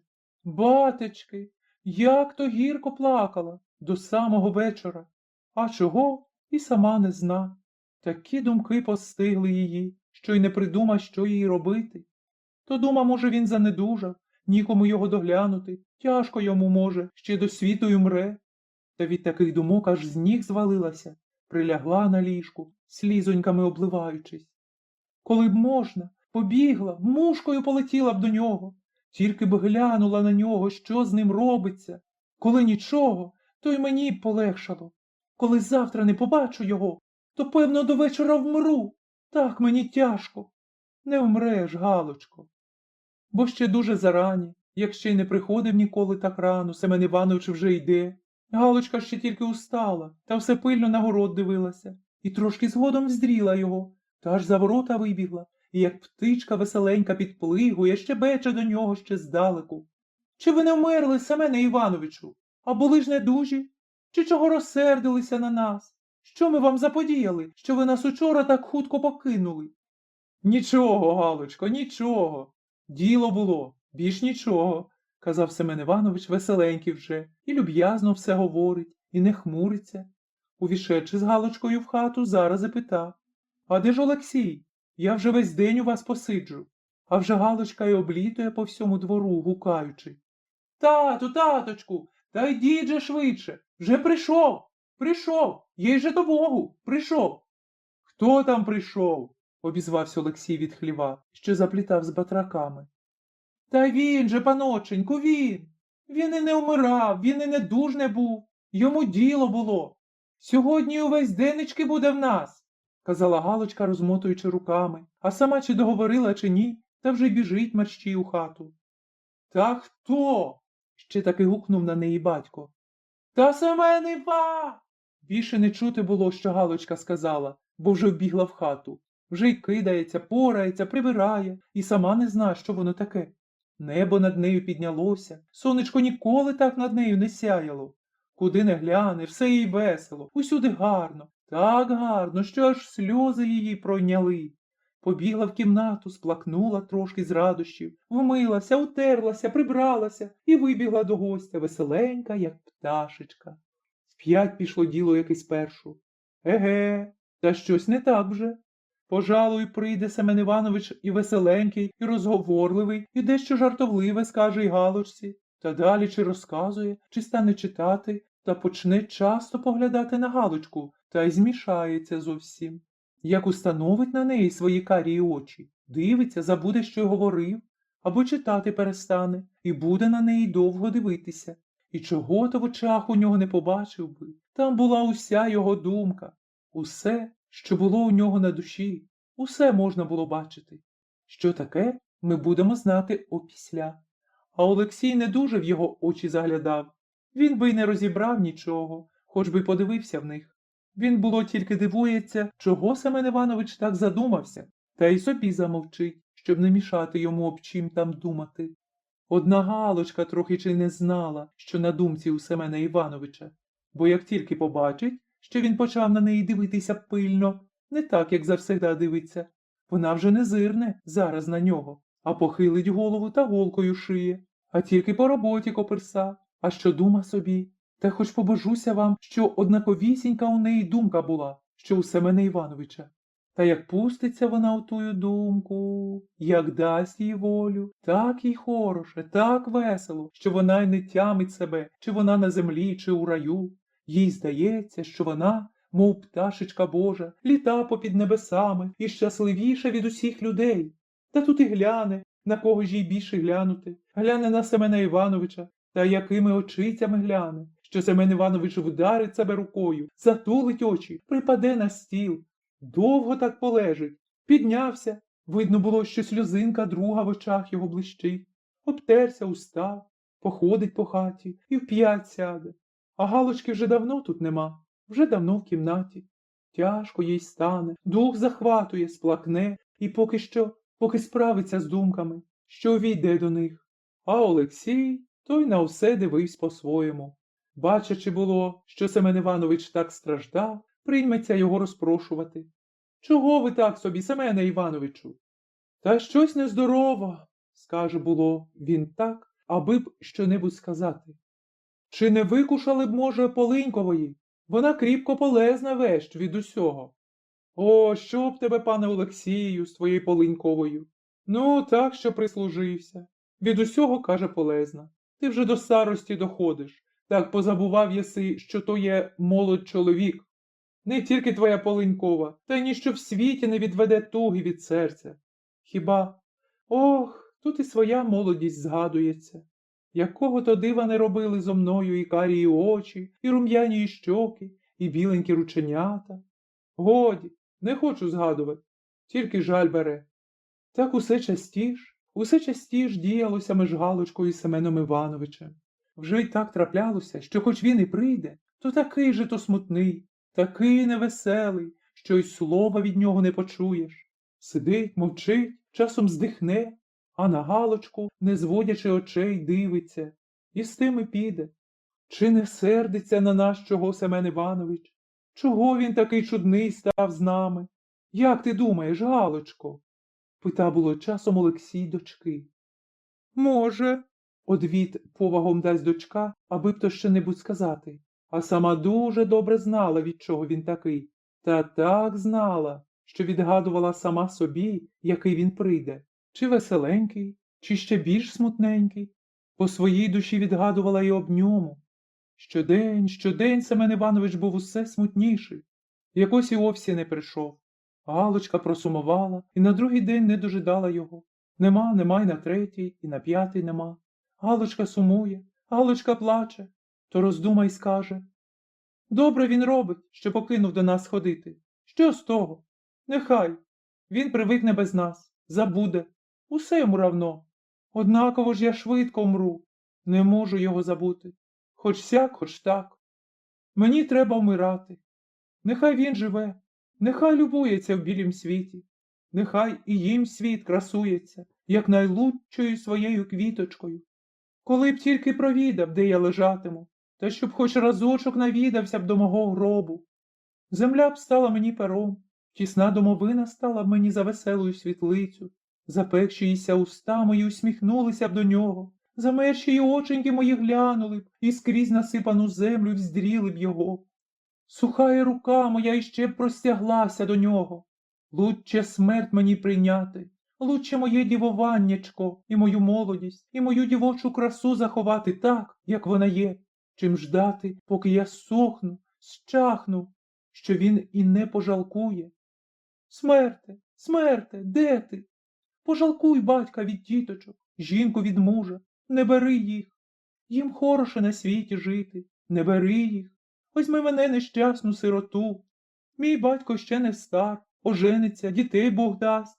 Мене забуде, без мене привикне, не буде журитись. А мені за чим жити на цьому світі?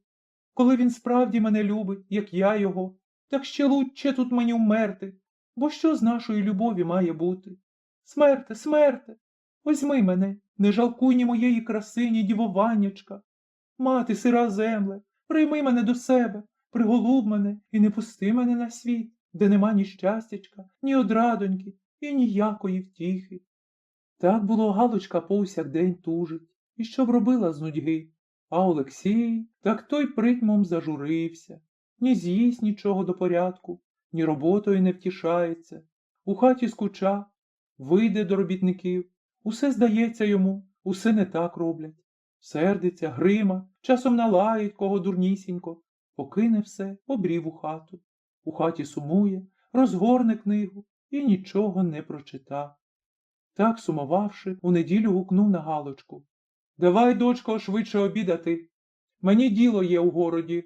Негаразд пообідав, подякував Богу, зараз за шапку і, ворчачи сам собі. Я не стерплю так довго, пропаду від нудьги. Пішов з хати аж у самий город. Як осталась Галочка сама, чи поприбирала дещо, чи ні, журба її узяла. Сіла в кінці стола, схилила свою головоньку і рукою підперла, та й задумалась. Об чим же вона там не думала, об чим не розмишляла, чого то не розгадувала, тільки що сльозоньки з чорних очей капали на її шовкову запаску. Не чула, і серце їй звістки не подало, що Семен Іванович війшов у хату.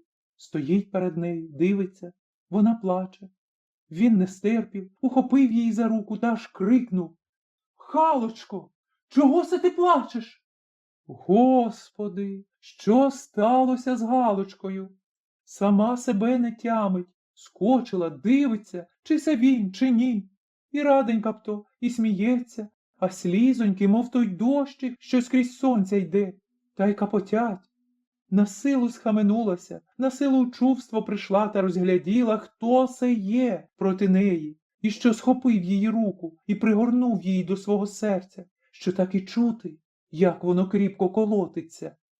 «Це ви, Семене Івановичу!» Насилу промовила словце і стала визволяти тихенько свою руку, буцімто щоб хусточкою зітерти лавку. Зітерла та й стала його прохати. «Будьте ласкаві, сідайте, поки пан отець вернеться з города. Вони пішли до чоловіка за ділом». Жалко, що нема, сказав Семен Іванович. Я ж до нього, та й до тебе прийшов. Галю, зірочко моя, не можна мені без тебе пробути. Усе тобі розкажу, як я страждаю без тебе. Побачивши тебе вперше, мені здалося, що я знайшов якесь собі щастя. Усе б я на тебе дивився, усе б я тебе слухав, усе б хотів, щоб ти мене взивала поменню, бо ніхто мене так приятно не зове, як ти. Душа у мене стрепенеться, серце заб'ється, і мені стане так весело, так весело. Згляну у твої оченята, що те напрасно ти рукою закрила. Закрий їх, та тільки слухай. Без тебе я не жив, а маявся. Чи справлю хоч трохи своє діло? Біжу до тебе. Біля тебе моя радість, моє щастя, моя втіха. Без тебе мені увесь світ не милий. Не вмію розказати, як весело мені біля тебе. Далі думка така стала приходити. Галочка тебе не полюбить. Слухай бо, не закривайся і другою ручечкою. Я тобі як розкажу усе, тоді роби зо мною, що хочеш. Від такої думки я став відвикати від тебе. Затим не буду їй докучати, не буду ще більш до неї привикати. Перестану овсі ходити, не буду її бачити, швидше вмру, бо не бачивши тебе і не слухаючи твого голосочка, знаю, що довго не проживу. От я перестав до тебе ходити, усе звав смерть до себе. Та і я ж її викликала, через велику силу хлипаючи, промовила Галочка. Як це можна? Тобі треба жити, аж скрикнув Семен Іванович і, ухопивши її руку, став оп'ять казати. Ти втіха твоєму панотцеві, ти краса усьому миру, тобі треба жити. Нехай я один постраждаю. Як можна мені жити без тебе? Нащо мені світ, коли мене не любиш? Хто ж це вам сказав, що я вас? Сказала сміливо Галочка, та вже ледве-ледве договорила, та тихесенько, як кропив'яночка закінчав свою пісеньку. Так вона закінчила. Що я вас не люблю. Так ти мене, Галочко, любиш?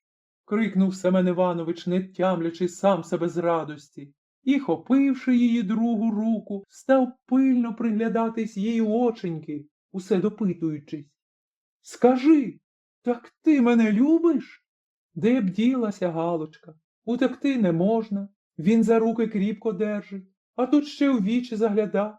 І пізнав все, пізнав, що в неї є на душі. Що їй робити? Куди очіші заховати? Більше нікуди. Припала йому на плече, і не видно йому її. А він усе просить, та руки цілує, та молить, щоб сказати, чи любить його хоч трішечки. Жалко їй стало його, а на серці їй весело, так сльози ж так і ллються, і сама не зна чого. Захлипанням ледве промовила. Я не знаю, як люблять, а тільки все те, що ви розказували, то так і мені було без вас. І я не хотіла без вас жити. Хотіла Вже останнього Галочка і не договорила. Вже Семен Іванович, не тямлячись сам себе з радості, обняв її, пригорнув до серця і поцілував. Що зо мною діється? Сказала тихесенько Галочка, лежачи на руках Семена Івановича, що держить її, цілує її зовсім нечувственну, і стане дивитись їй в очиці, та оп'ять цілує. Що зо мною діється? Мені так хороше, що я не зумію й розказати. Ще як стала знати вас, то було, як задумаюсь, то мені тогді було так хороше. Та ні, тепер лучче. Тепер я не знаю, хто я, де я і що я. Я, мов птичка, вибилась з хмарочок густесеньких та темних, біля ясного сонечка літаю. Не страшно мені, хоч по весь вік, горечко, бідонька, усякоє лихо, мені все байдуже. Я мала тепер таку годиноньку з вами, що й повік не забуду сієї радості. Ви мене любите, ви мене цілуєте, ви мене не покинете ніколи.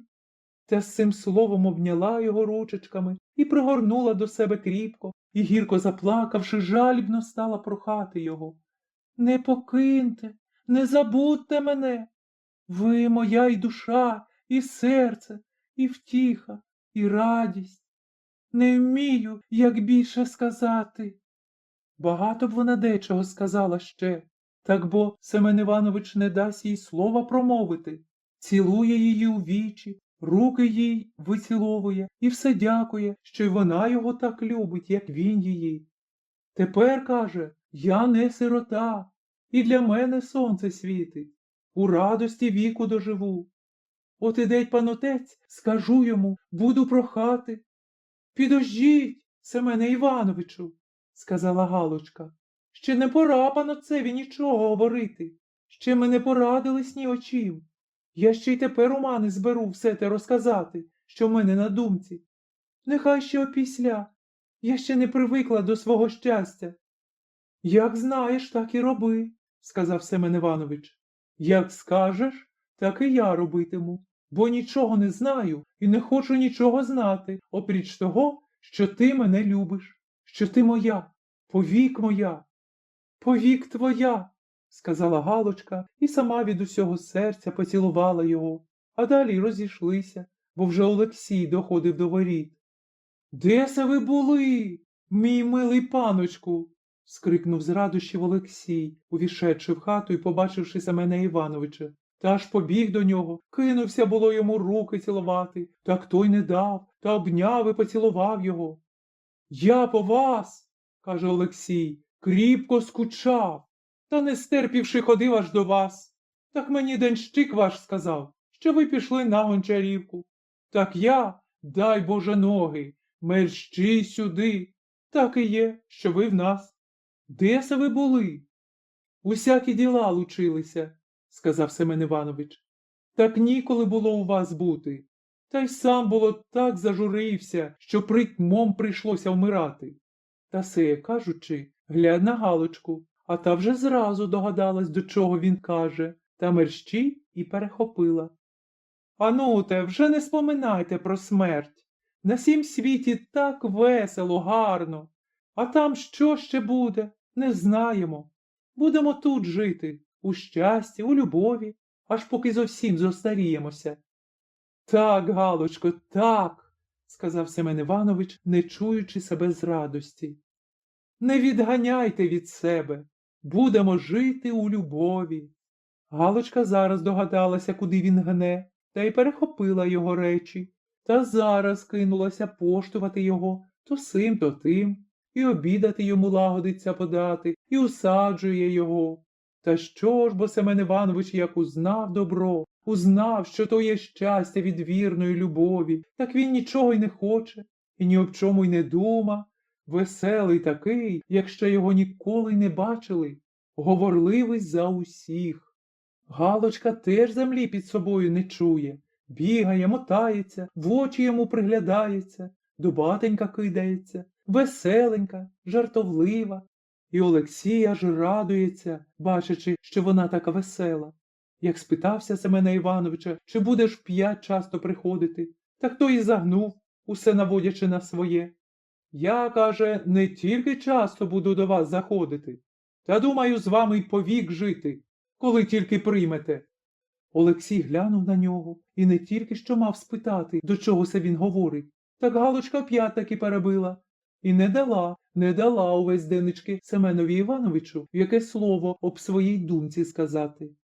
Гарно, любо, весело минувся увесь цей день, як один часочок, і не щулися, як вечір настиг. Треба розіходитись. Прощаючись, Семен Іванович сказав, коли б швидше моє щастя прийшло, щоби я повік з вами був. Що се він, доню, сказав? Питав Олексій Галочку, проводивши з хати Семена Івановича. Що се він усе закида, що якби йому повік з нами жити, а? Не знаю, таточку, сказала Галочка, ставивши на мисник то миски, то тарілки. Чи не против того хіба, що казав? Чи квартири їм будуть на Гончарівці, чи що? Не знаю таки. Не знаю й я, сказав Олексій, та, дивившись довго на Галочку, як вона вбирала усе, буціми не вона, далі перехрестив її, здихнув і, сказавши «Ти моя дитина», пішов у світлицю спати.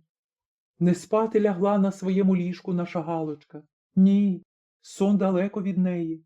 Узяли її думки та гадки. Тільки й чути її, як важко здихне, сплакне, проговорить. Що з цього буде? Далі аж голосно сказала: «Чого ж я журюся? Вже вірно й він так дума. Так і зробимо, так і житимемо. Що то за гарно буде? Що то я щаслива буду? Аж дух в мене радується. Він мене любитиме, аж поки я вмру. А я вже буду довго-довго жити, бо в щасті та у вірній любові». Та не щулася, як і заснула, думаючи про своє щастя.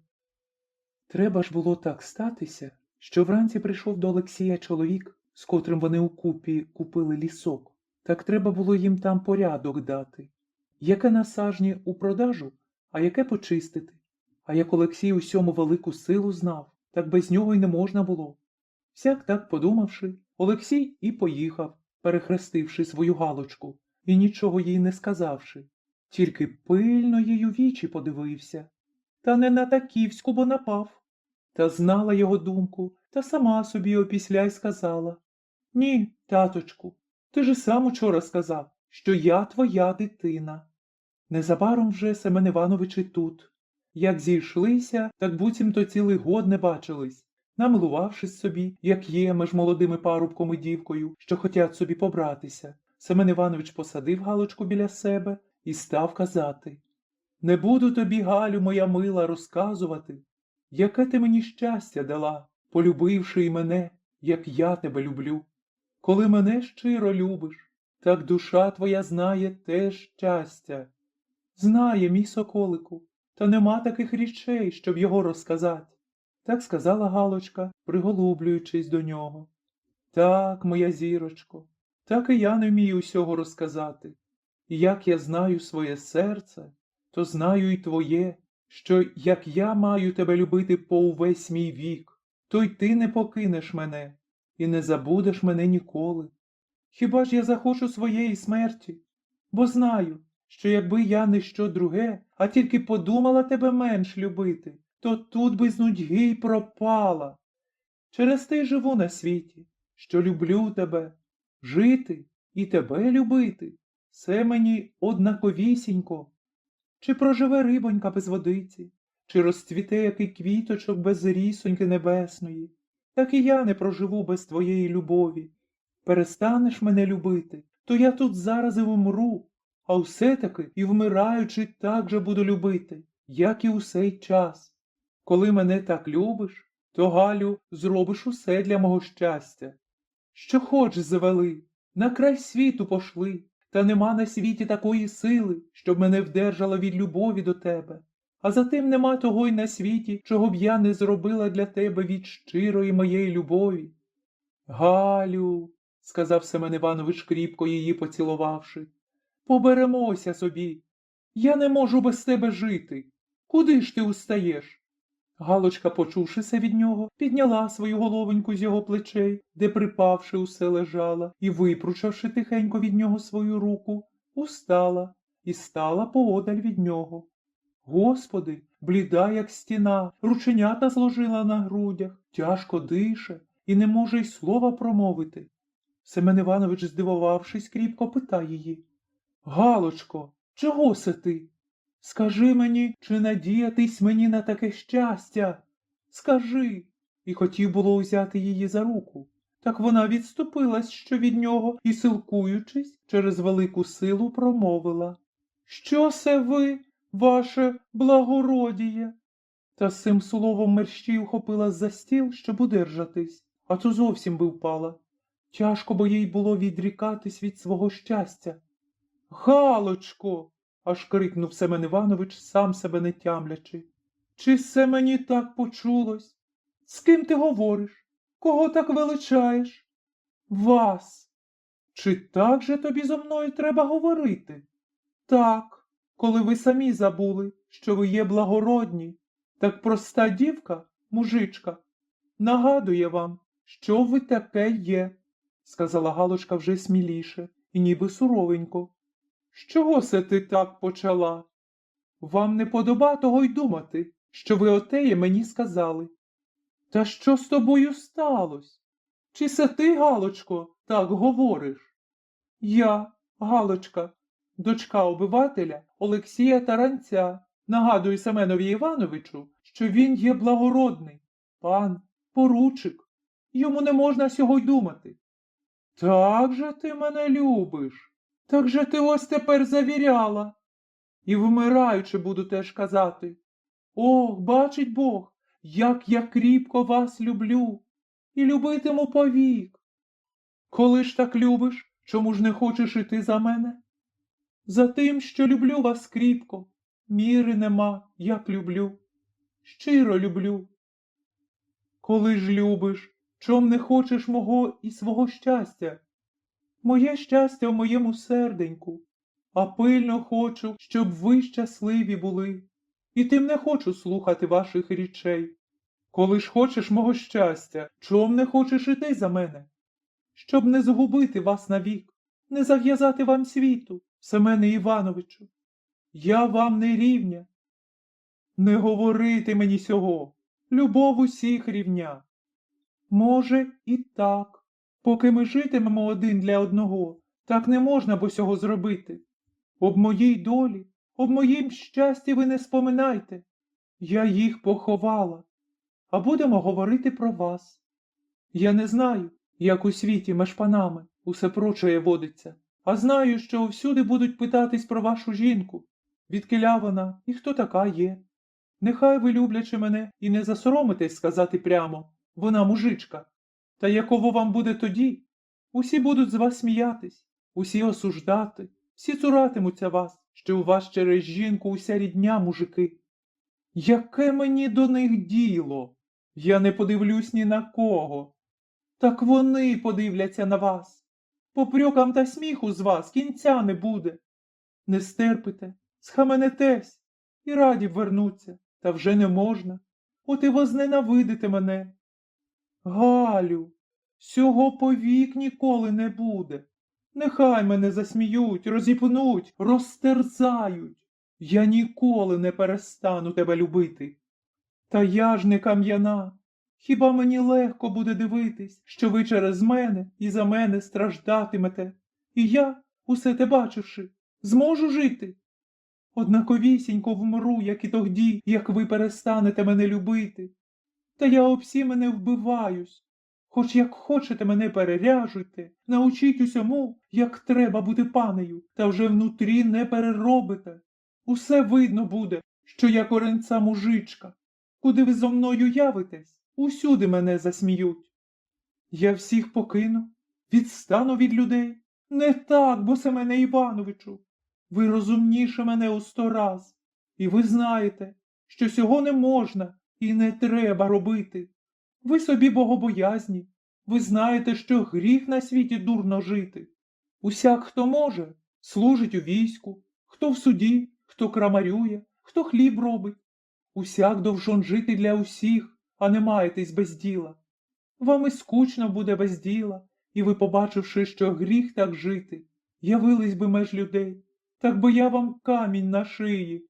Так, так, то ти, Галочко, мене любиш? Боже праведний, чим мені вас ще більш завірити, як я вас люблю? Чи й се вам нічого, що я для вашого щастя на видиму смерть йду? Бо з вами розлучитися – все смерть мені. Так не розлучаймося, будемо жити укупі. Якби я вас, Семене Івановичу, любила так, легенько, а себе б любила ще більш, чим вас, так чого ж би мені й хотіти? Я собі з мужички стала панею, муж в мене молодий, хороший, як намальований, хоч на місяць, а панувала б, а опісля, хоч би що з ним не зробилося, хоч би він і постраждав ще через мене, хоч би й покинув мене, а я собі й байдуже.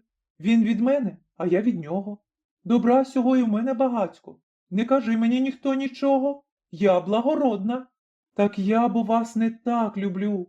Волосинка з вас спаде, а в мене з серця шматок відірветься. Вам тільки біда находить, а я вже страждаю. І тим то лучче хочу цілий вік мучитись, горе терпіти, усякі муки сама прийняти, аби б від вас маленьку бідоньку відвести. Ти сама велику біду мені робиш, ти губиш мене, ти ніж мені в серце встромляєш. А мені легше, нещасна моя доленька, що я родилася в мужицтві. Пожалуй, якби я була панянка, я би тоді вас так же б кріпко любила. Усе равно, я тобі кажу, що все равно. Усі ми Боже созданіє. Так, Боже созданіє. Так щось мені здається, що не так ви кажете, як воно є. Неоднакові зірочки на небесах, неоднакова й деревня по садкам. Не буде вишенька цвісти яблуновим цвітом. Їй є свій цвіт, не прийме березонька липового листячка, не позбере соловейко другої самочки, як з свого роду. Усьому свій закон, а чоловікові ще й найбільш того. Як же ти попереду об всьому не подумала? За чим же мене полюбила? І не жалкую, що полюбила вас, такого красивого, розумного і з доброю душею чоловіка. Щастячко моє, що я вас стала знати, а не кого другого. Та ні, я б другого й зроду не полюбила б. Велике моє щастя, що ви мене полюбили. Ви мене знову неначе на світ породили. Без вашої любові я пропала б. Хіба ж нам не можна так щиро любитися і не вводити один одного в біду? Будемо собі любитися, як брат із сестрою, коли вже нам побратися не можна через саме те, що я вам сказала. Коли будемо укупі, щастя наше, треба вам буде куди відлучитися. Я знатиму, що й за морем ви за мною скучатимете, як я тут за вами. Звернетесь, як ми тоді зрадуємось. О, Семене Івановичу, що то за жизнь наша буде? Бідності не знатимемо, панотця мого шануватимемо. Вас люди будуть почитати, як і тепер. Ніхто вас ні в чим не осудить, нічим не укорить. Я, глядячи на ваше щастя, душі у собі не чутиму з радості, що такий чоловік любить так кріпко мене, дівку просту, нерозумну, тільки тим і достойну трохи, що любить його, міри нема. Семене Івановичу, нашому щастю люди позавидують, і янголи Божі й порадуються, бо наша любов буде свята, чиста, без усякої дурної думки. Любіть мене так, то я і ви будемо повік щасливі. Та з цим словом і кинулася до нього і обняла його кріпко, обливаючи слізоньками. Не можна, Галочко, не можна, моя рибочко, зірочка моя. Не зумію тобі усього розказати, що в мене на думці. Та, отже, добре, і панотець приїхав. Буду його просити. Він мене послухав. Тоді що, Галю? Тоді я своє скажу йому. Нехай розсудить. І розійшлися собі, втираючи сльози, бо обоє наплакалися таки добре.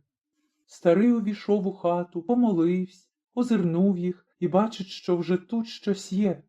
Роздягся, сів, і не требує нічого, щоб там чи обідати, чи що. Галочка стоїть біля печі і ні з місця, понурила головоньку і дивиться на свої сап'янові червоні черевики. І не йде, щоб там батькові чого пообідати подати. Боїться з хати вийти, щоб без неї Семен Іванович не розказав панотцеві, а панотець, щоб зараз і не вдарив по рукам об її долі. Поглядав Олексій довгенько, усе мовчачи. Далі треба що-небудь казати. От і каже: що ви собі такі чудні обоє, неначе чого плакали. Один перелічує шибки у вікні, а друга лічить піщинки на долівці. А я, як батько, щоб вам у чим не помішав, так мені не треба нічого й казати. Може й так глядіть, що після на себе не жалкували. Таке вислухавши, Семен Іванович не стерпів, кинувся до Олексія, обняв його і став розказувати, як побачив Галочку уперше і запримітив її, як дальше полюбив і як тепер любить її. І що то гарно розказував. Таки усю свою душу, своє серце, свої думки, усе розказав дочиста, як і Галочці так не зміг розказати. Галочка, сеє усе слухаючи, плакала гірко. Далі Семен Іванович і сказав: От так її люблю, так її любитиму повік. Не можу без неї жити. Олексію Петровичу, отдай мені її на мою радість, на втіху, на щастя моє вічне. Хочеш, я вийду в відставку, у тебе житиму. Хочеш, до мене перейдемо. Будемо усі вкупі жити, будемо тебе шанувати. І багато такого говорив, і плачучи усе просив. Олексій усе слухав мовчки і не подивився ні разу на Галочку. А та сердешна, бліда, як глина, руки щепила, серце так і колотиться, душа боїться і усім тілом трепещить, думаючи, що, як пан отець звелить іти, пропала я тогді. Помовчавши, Олексій так сказав: знаю, що ви є чесна душа, і що не розказуєте, усьому воно правда. Ви не такий, щоб позгнущатись над дівкою, а ще більш, щоб погубити її. Вірю, що ви так полюбили мою дочку. Вірю, як отець, що йому й немає на світі нікого красивішого, як його дочка. Якби я був другий батько, то б, може, зрадувався, що моя дитина, моє рождення буде благородна, і рід мій буде панувати. Я ж положився так, кого Галочка сама позбере, за кого похоче, той мій зять. І тепер я проти її волі не піду. Далебі, Семене Івановичу, що вона мені про вас ще нічого й не говорила. Я сам тільки зо вчорашнього дня запримітив за вами обома щось. Та її не питав, і від неї не чув, а бачу, що ви вже собі поговорили об усім. Так нехай же, сказав Олексій, так буде, як Галочка сказала. Біда моя, панотче, коли ти здаєшся на Галочку, сказав Семен Іванович, вдаривши себе рукою по голові. А що хіба? По-своєму розсудила. Вона мені багато наговорила, та усе не до діла. Як чого чоловік не хоче, так вже знайде, що сказати. Ні, бо, Семене Івановичу, не гнівіть Бога, обізвалася Галочка, хлипаючи біля печі. От тут серед нас Бог милосердний, тут мій таточко ріднесенький, кого я після Бога першого кохаю. Так тут я скажу, і у такий час збрехати не можу. Нехай чує мій пан отець, і чує від мене вперше зроду, що я нікого не любила. Вас, Семене Івановичу, полюбила, і люблю точнісінько так, як і ви розказуєте, що мене любите. Однаковісінька в нас душа один до одного. І коли б я була вам рівня, я б зразу, не думавши, кинулась би до свого щастя. А то... А що ж то? Спитав Олексій. Кажи, доню, все, що знаєш. Я послухаю і розсуджу між вами, чи до діла твої речі. Тут вже Галочка прийнялася говорити, а Семен Іванович став поодаль і, знай, сльози втирав.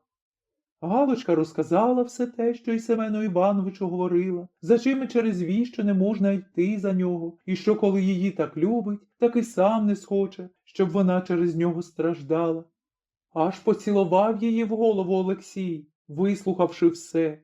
Далі й сказав: Доню, мила моя дитино, я тебе знав і не боявся нічого. Тепер піди собі у світлицю. Мені треба з Семеном Івановичем переговорити по-своєму, як єсть я отець своєму дитятеві. Ти знаєш мене, Галю, то й не журися ні об чим. Галя вийшла з хати, певно надіючись на батька. Семене Івановичу, сказав старий, як Галочка душі у вас не чує, люблячи вас, так вона тільки об вас і вбивається, а об собі й не дума. Так я, будучи її отцем, довжон об ній і об собі подумати. Вийде вона за вас, а місяць другий не пройде, як ми її побачимо на столі. Від чого б це так? Спитав Семен Іванович. Я її буду зберігати, пилині не дам пасти на неї. Від усього защищу її. Ви, так, ви будете її любити, шанувати, так люди з'їдять її своїми язиками. Вона в них з мужичок не вийде, і сяка й така, і через те він її взяв. нав'язалася на нього, треба було покрити гріх. А ви, Семене Івановичу, грамотні.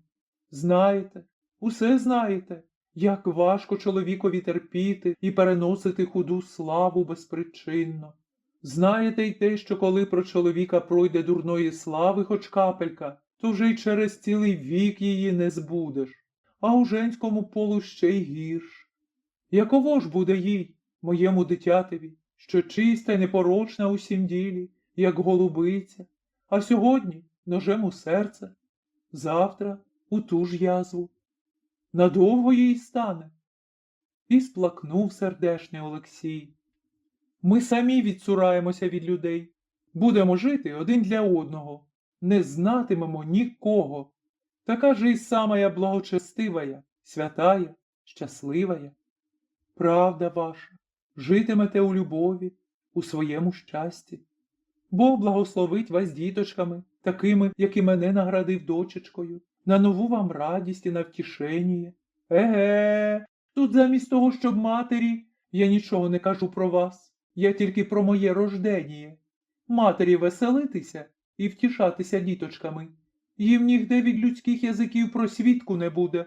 Усі на них пальцями штрикатимуть, усі зашиплять. Мати їх з мужичого роду, нижчі, сякі такі, вся рідня й діти її такі будуть. Усі будуть їх жахатися, цуратися, попрікати тим, у чим вони невиновні. А яково все матері? Через них, через дітську славу вона держиться на світі. Щоб їм добро було, вона готова на усяку муку, усе перетерпить, душу свою віддасть. О, Семене Івановичу, ви не знаєте, що то є діти для родителів, а тут і у господарстві вашому. Ваші такі поддані замість того, щоб її поважати, служити, вони будуть попрікати, що й вона така мужичка, як і вони. О, ні, я сього не стерплю. Я строго прикажу, щоб і вже по приказу. Коли чоловік сам по собі не знайде поваження до себе, то хоч не приказуй, у вічі будуть шанувати, а за очі проклинати. Достанеться й мені на старості. Усім я буду, як більмо в оці. Хоч як хочете, а й ви під час засоромитесь при людях мені честь віддати, як треба вашому тестеві. Галочка се бачитиметь і наглядатиме пуще, чим я. Вона моя кров. Через моє страждання, через людські попрьоки, через непорядки в господарстві, через дітський сором за неї, і не оглянемося, як ляже вона моя глубочка у сиру землю, не знатиме сердешне щастя й покою в замужестві, не буде іміть радості в діточках, у горі, в сльозах, у журбі погасне, як свічечка. Хороше ж, коли ще нічого, а як же в такому ділі, яково є братися по нерівні, цуратися свого роду, та є, може, гріх. Ех, Олексію Петровичу, все ми, люди, вигадали, що то пани, а то простий народ. У Бога всі рівні. Так, рівні по ділам своїм, як явимося туди. Тут же нам треба знати, що то є начальство. Яково було б без нього? Без начальства же не можна, і благо нам за ним.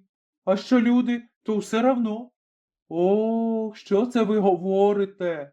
Я просто читати вмію, а таки начитую і розумію, що ще споконвіку від самого Адама вже були благородні і прості. Де се ти, Петровичу, начитав? Аж усміхнувся Семен Іванович, питаючи. Нігде ж, як у святій Біблії.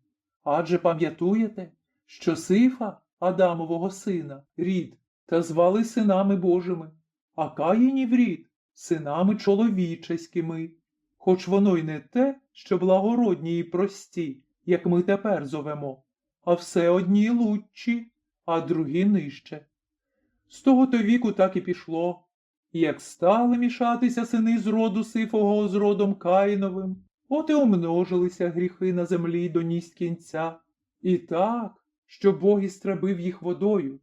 Та й дальше читаємо, що святим мужам повелівалось брати жону все свого роду, а не з чужого якого-небудь.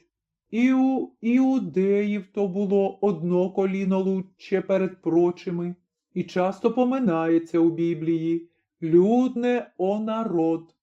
Так от бачите, є розличіє, і якби це не було од Бога для порядку на світі, давно б воно перевелось. Давно б Бог гордим противний, давно б стребив і скоренив панство, якби воно було не від нього, а від гордості чоловічеської. Все я усе бачачи, як мені піти проти закону й порядку від Бога даного, і у ваш рід благородний віддати свою дитину, рожденною от простоти мужичества. Не буде благословення Божого, а я сього не хочу ні Галочці, ні усьому роду моєму. Довго такого багато говорили і спорили між собою із Писання, і так своїми словами, і таки Семен Іванович не переміг Олексія ніяк.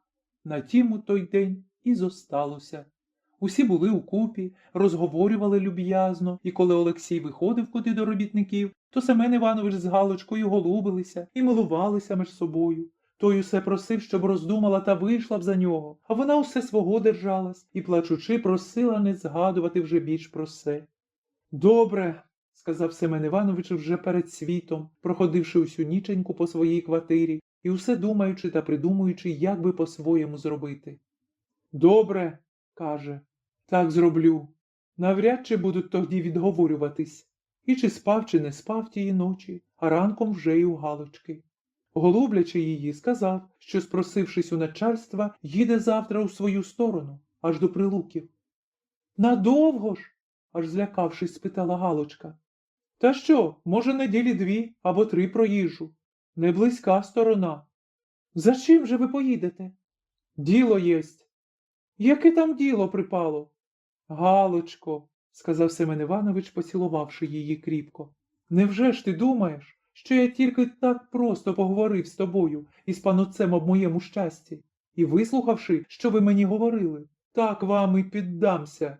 Це вже лучче мені живому в яму лягти. Ні, я сього так не оставлю.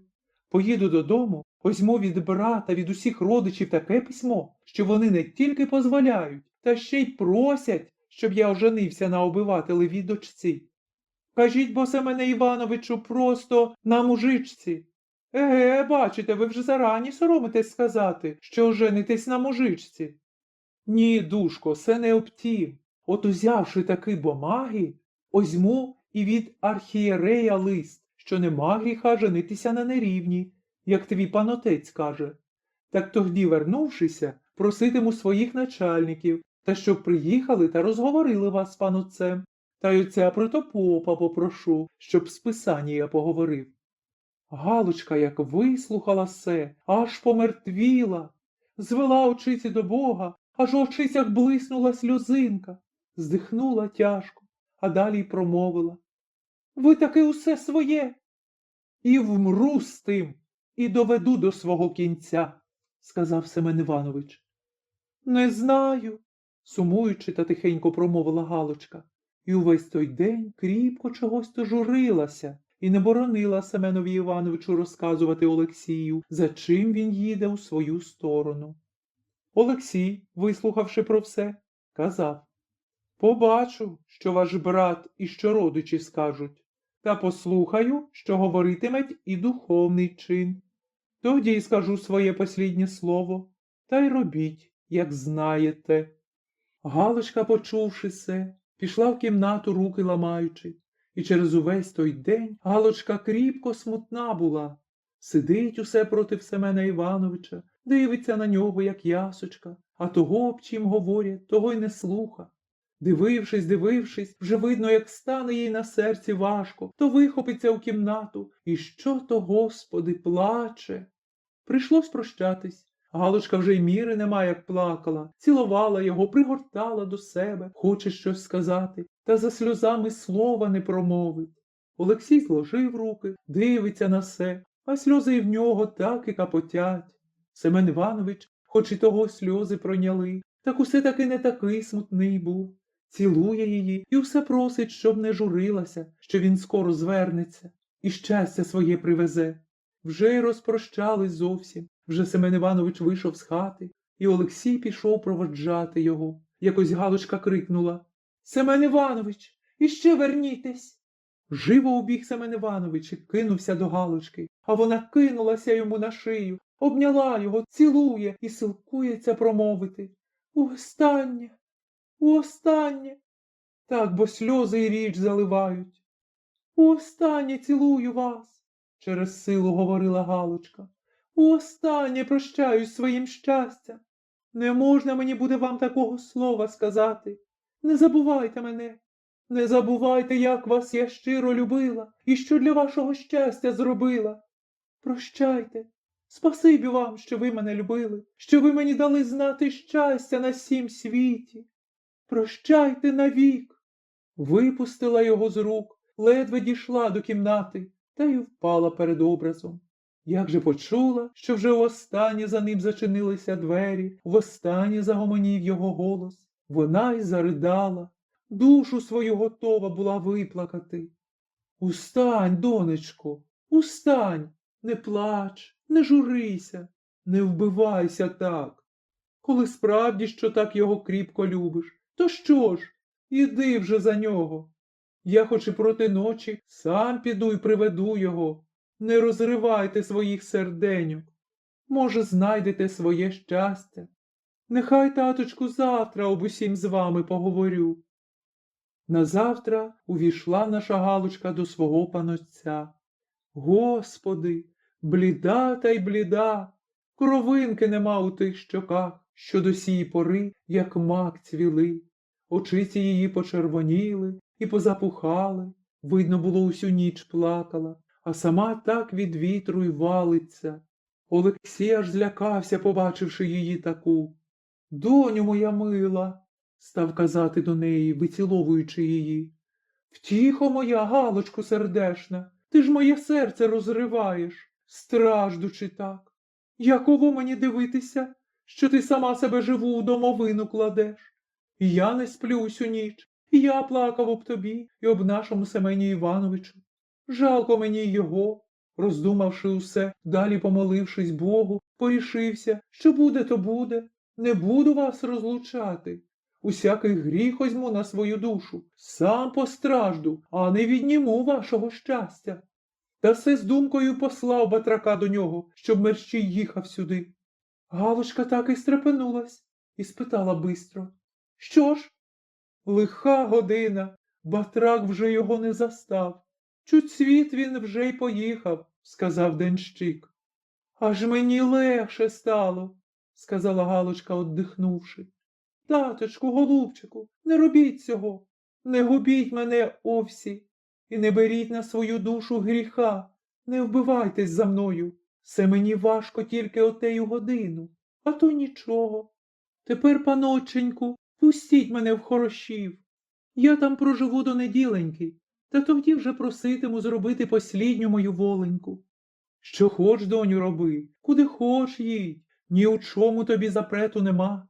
Аби б ти перестала вбиватися так. Перестану, таточку, і не буду, коли стане сили сповнити мою думку, коли завладаю з моїм серденьком. Зібрав Олексій Галочку і випровадив її у монастир. Вона там усе молилася, одговілася, порадилася з черницями, котрі знали її і вміли совіт подати до діла. Зараз з неділі, у понеділок, і вернулася. Бачить Олексій, що ніби вона стала кріпченька, смутна, кріпко смутна. Часом так, як задумається, так буцім і не зна нічого. Сидить собі, мовчить і все руки ломить.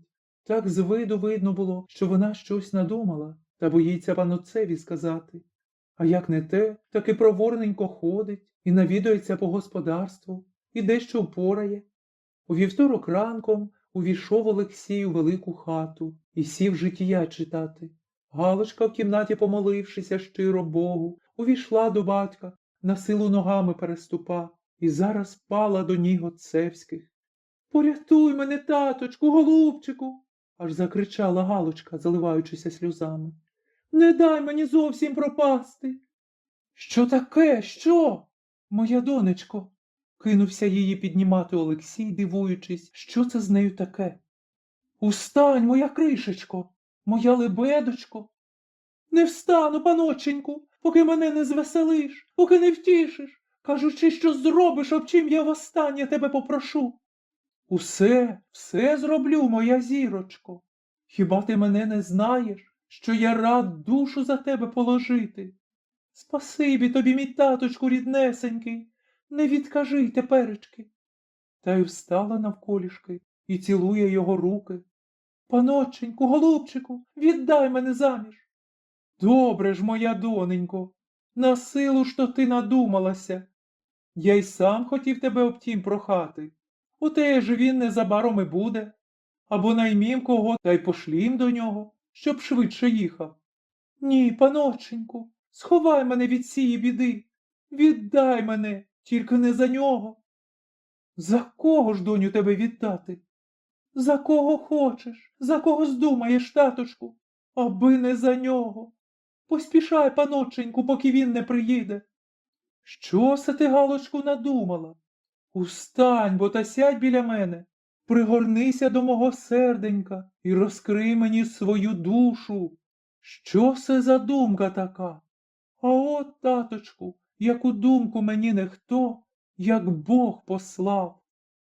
Туж він вернеться, пристане не до мене, а до вас, приведе людей, начальників своїх, а ті, що їм за діло до нашого щастя, аби б йому служити, стануть вас уговарювати, прохати, зоб'ють вас з думки об моїм щасті. Ви звелите мені йти, а тут ще й моє серденько змовиться з вами. Я піду все равно, що й на видиму смерть. Скільки я не роздумувала, як то не розбирала, не приходить мені бути панею. Я пропаща все равно, хоч так, хоч сяк, тільки те, що, пішедши за нього, погублю й його навік. Ось що мене вбива.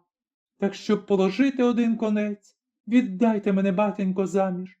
Тоді він, побачивши, що нічого робити, сам покине такі думки і знайде своє щастя. Чи будеш же ти щаслива, доню моя, з ким другим? Чи не погубиш же ти себе, віддавши себе нелюбу, та ще й цілий вік з ним жити? І вже моє щастя, однаковісінько мені страждати приходиться. Хто б не взяв мене, то коли не він, усяк мені нелюб. Нехай він розв'яжеться зо мною, він розумний, опісля дякуватиме мені. Ти ж збавиш собі віку, ти зажуришся. Отеє мені тільки кріпко тяжке урем'я, поки все сповниться. А там, таточку, я говіла, я молилася. Здається мені, що я добре роблю. Мене Бог не оставить. Я ще втішу тебе при твоїй старості. Довго вони собі так розговорювали, і що то, як люди з розумом. Порадилися, потолкували, обсудили діло кругом. Так і є.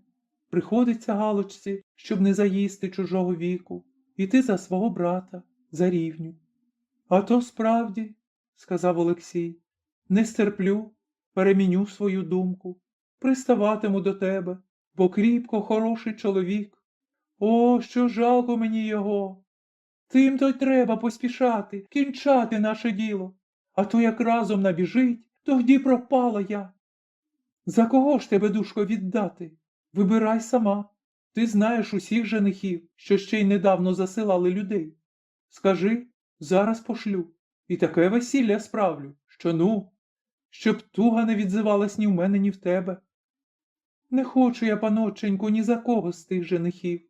Вони пишні, багаті, будуть вередувати. Тяжко моєму серцю буде в перші годи, а вони не дадуть мені воленьки і гаразд поплакати об моїй долі. Чи не знаєш, таточку, якого сироти у бідності? Возьми його прийми, віддай йому й худобу нашу, й мене нещасну. Він буде за добро, що йому зробимо, нас поважати, і мною таки не буде так орудувати. Знайди такого, приведи і скажи мені, це твій мужик. Я у ноги поклонюся. Довго думав Олексій, де й кого взяти. Далі каже: доню, Галочко, коли так, іди за Миколу.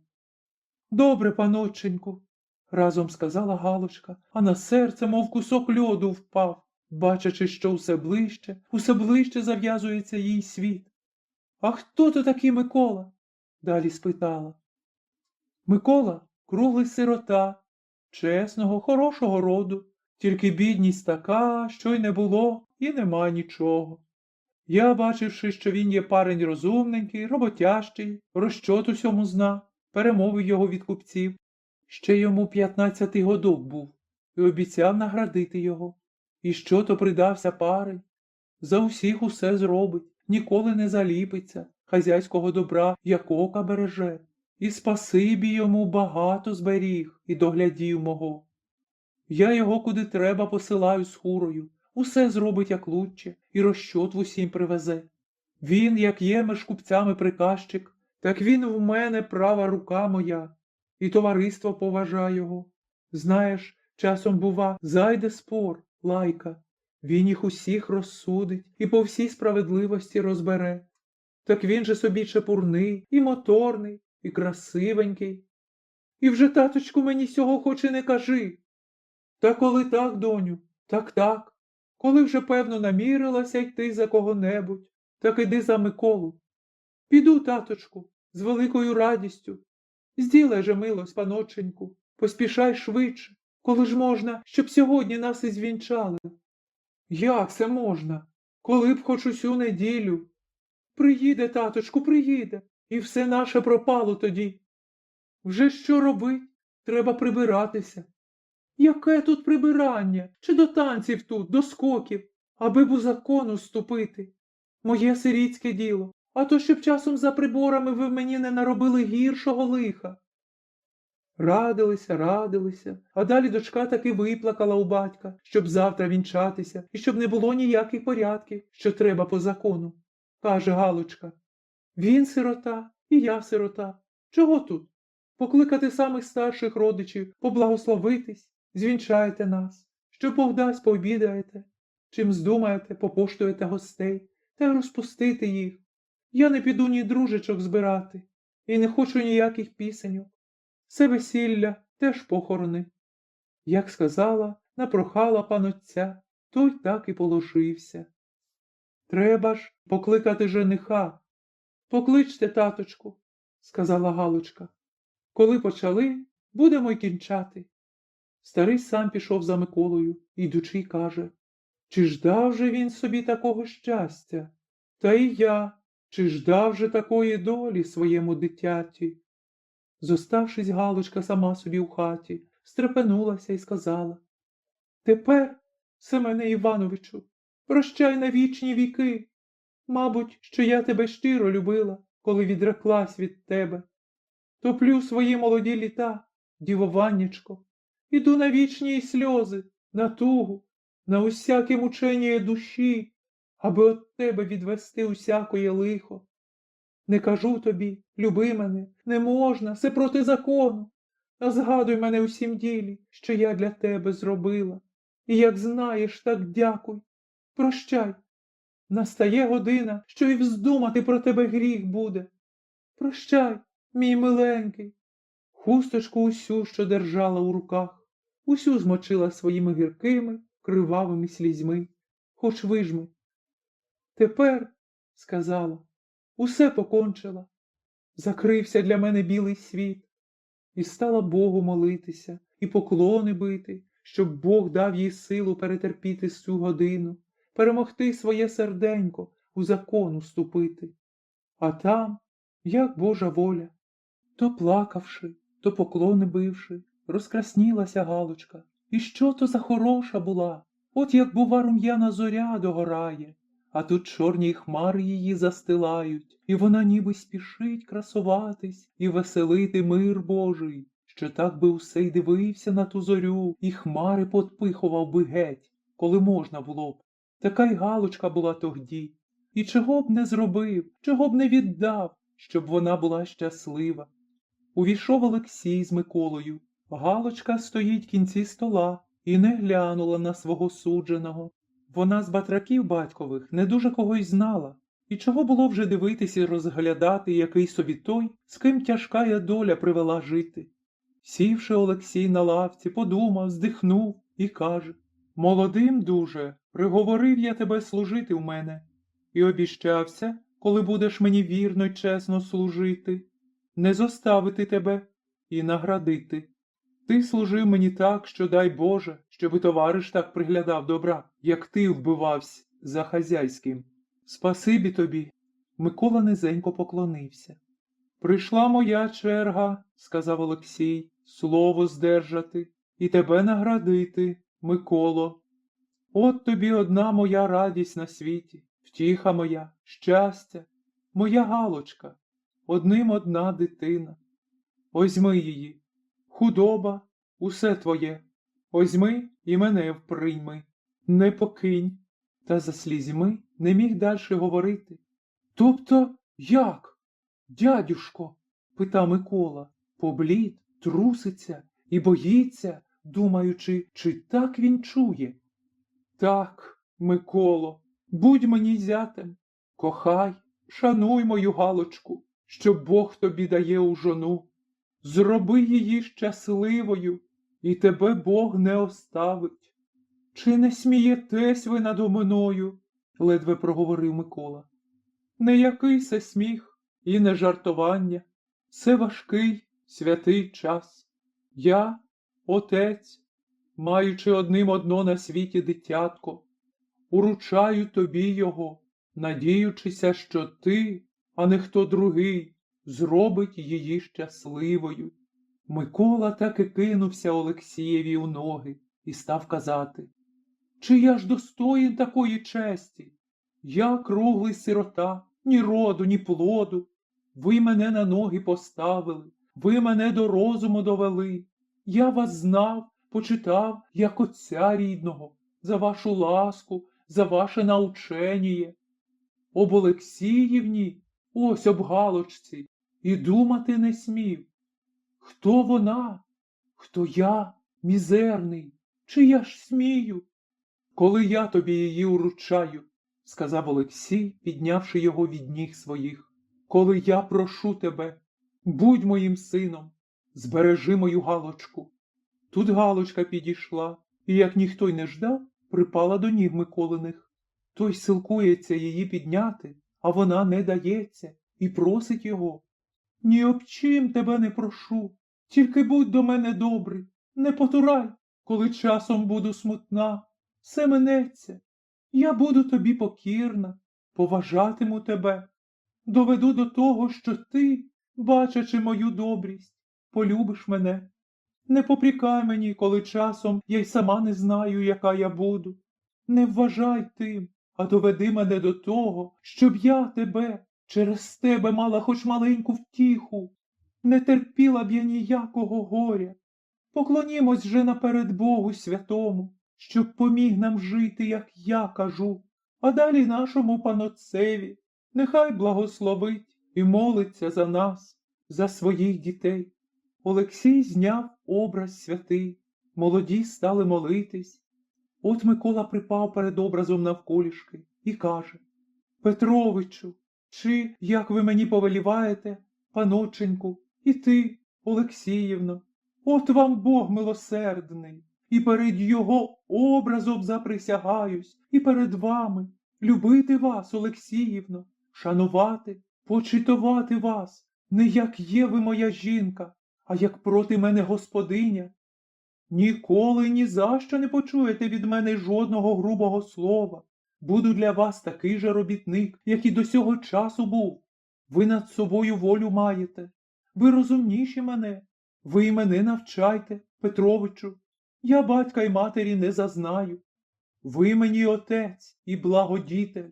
Будьте мені, як і були, хазяїном, і повелівайте надо мною. Однаковісінько, як і до сього часу, буду за вашим добром вбиватися, і так об ньому радіти, як і тепер. Воно, як було усе ваше, так і буде вашим, і я й сам повік ваш. Тепер на таку волю благословіте нас, панотче. Тут з ним припала до ніг отцевських і Галочка, і що то плакала. Олексій їх поблагословив і дуже гарно усе приговорював і просив Бога, щоб їм послати на милость свою. Далі посадовив їх укупі, розказував, як їм жити, як шанувати, поважати один одного. Так і довгенько йому все говорив. От, посидівши, сказав, що треба прибиратись, бо завтра й весілля. Микола помагав же своєму тестеві, у чим там треба було. Припросили то дядин, то сусід поратись. Галочка, у чим душа, туди з ним порається, і все поспіша, і всіх приганя, щоб швидше все справляли, неначе боялася, щоб хто не помішав. У багатого є з чого, і є кому все злагодити. Так і не дивно, що до завтрього все поспіло. Зійшлася сама ближня рідня. Подивувалися, потовкували, що як то Олексій, такий багатий, одним одну дочку та віддає за свого за батрака, та ще й за бідного. Лучше б віддав, хто каже за купця, хто за Поповича, а хто каже, та, може б, який пан не погордився б взяти таку кралю, та з такою худобою. І багато такого казали. Як же їх обдарили подарками, усе хустками хорошими, вишиваннями і платками шовковими. Так вони й замовкли, і затихли, надіючись і погуляти опісля по закону. Вбралася же Галочка до вінця, а вбралася ж просто, не узяла з дорогого ні плахти, ні намиста, а так, як звичайно сироті. Та що то за гарна була? Отже, справді, як на картині намальована. Красива та красива. Тільки чудно було на неї дивитись у тім, що якось то була вона, і ніби не вона. Очиці бистрі, аж горять, на виду краска у щочечках так і переливається, то часом стане бліда, то вп'ять рум'янець у неї, як жар спихне. Піде проворно, порядкує, всіх поспіша, то вп'ять руки опустить, головоньку похилить. І де стоїть, не зна, і що робила, і куди йшла, усе забуде. Говориш до неї, вона не на те отвід дасть, та стане бистро глядіти і неначе дивується, чого се люди посходилися і поперев'язувані ходять. Озирається, гляне на себе і помертвіє. Отака все була. Увійшов і Микола вже благословитись. І що ж? Не надів ні тієї свити, ні того жупана, що йому Олексій учора під вінець подарував, а одяг, хоч і добру, а просту свиту сірого сукна. І все на ньому було просто. Чом ти, Миколо, не урядився в ту свиту, що тобі тесть подарував? І жупан було одягти, так питались його жіночки. Не йде діло, сказав Микола. Мене пан отець бере з наймитів, і я так батраком довжон явитися перед Господа Бога, і від нього, прийнявши Галочку своїм щастям, тоді вже стати чим-небудь лучшим. А тепер я сам ще по собі нічого. І поблагословив же Олексій Галочку до вінця і випровадив її так і точнісінько, як на кладбище.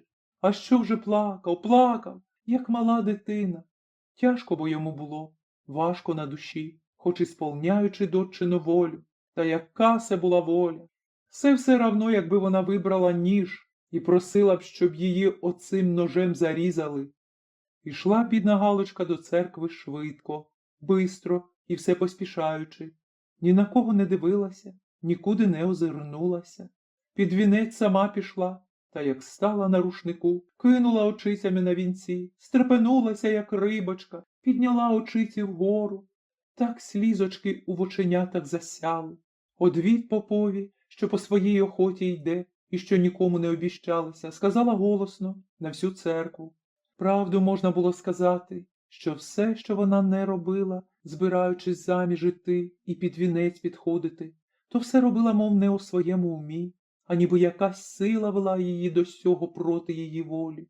Душа й розум повелівали їй хоч погибнути, а не довести милого чоловіка до нещасної жизні, з нерівнею побравшися. Так серденько бо не того бажало. Воно кріпко в ній бушувало і хотіло по-своєму зробити, хоч на годочок, хоч на місяць, хоч на деньочок знати щастя, пожити з миленьким, що й він же того кріпко бажав. І хто зна, може, й не буде нічого такого, чого душа боїться. Так проти таких-то думок Галочка все боролась, що туж не подоліють її, і таки посилили б, якби не така у неї душа була, що не піддавалася вередуванню серденька, хоч таки й дуже воно жалібно прохало зробити по його. А від цього Галочка, як свічечка, пала, поки стає воску, а як віск догора, так і свічка гасне все тихше, так і вона кріпилася, щоб стало сили, поки скінча своє діло. А тут за усяким словом, як очитували молитви, то й вона, мов гасла, так що як прийшлося обводити круг стільця, так вона вже й не змогла сама по собі йти, а шепнула старшій дружечці: «Веди мене, бо впаду». І справді, якби не дружечка, та ще один з дядьків повели її, то тут і впала. Як зовсім повінчали і стали поклони бити, вона, вдаривши, і не піднялася сама. Кинулись до неї, бризнули водою, і сяк так відволодали її. Відволодати – це привести до свідомості. Не здужала вже сама йти додому. Микола з боярином через силу довели її. Яке ж гуляння на такім весіллі? Чи почастували, чи попочували чим родичів, то так усі розійшлися. І що то? Хоч як Галочка нечудно виходила заміж за свого батрака, маючи женихів що найлучших і багатих, і що так хутко, без зборів, без приборів, без усякого весілля. Та й те знали всі, що ще від самого посту учащав до них якийсь то офіцер, що увесь денечки просиджував у них, і часто дуже смерком вертався од них. Усе сеє знали. Отже, ніяка недобра слава не проходила про неї, бо одно те, що добре знали Галочку, що не піде ні на яке худо, ні за усі золоті гори, а друге те, що тоді не було моди пащакувати про людей і шпигати їх язиками, а найпуще на дівочу славу ніхто не смів ні півсловечка нічого сказати. Попробував би щось брехнути, так і баки заб'ють, і вже з брехунів повік не вийдеш.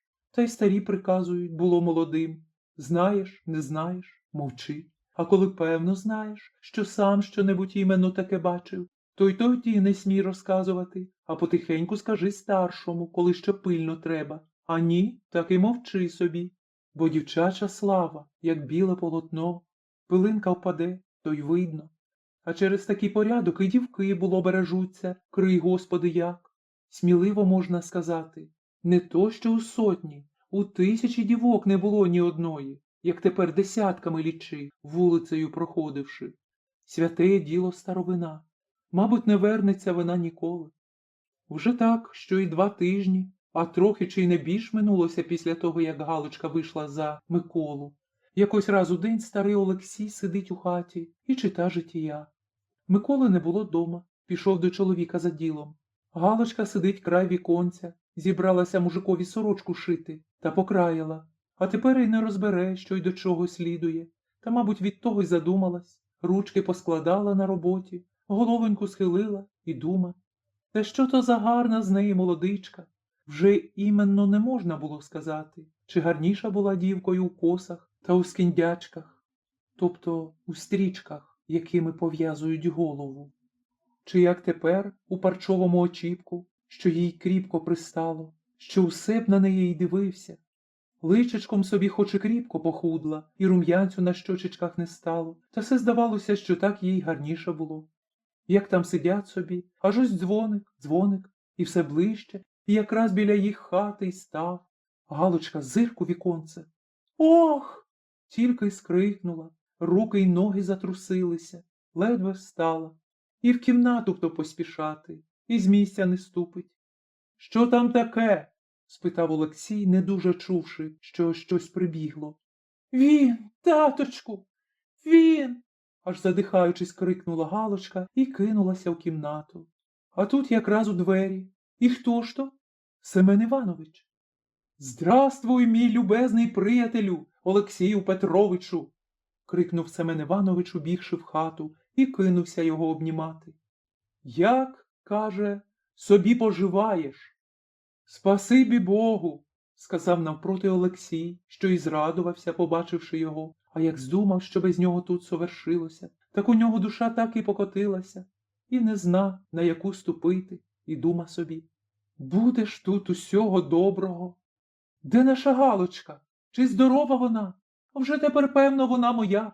Ось, Петровичу, привіз тобі письма і від брата, і від дядюшки мого, старшого брата отцевського. Тут тобі все добре пишуть.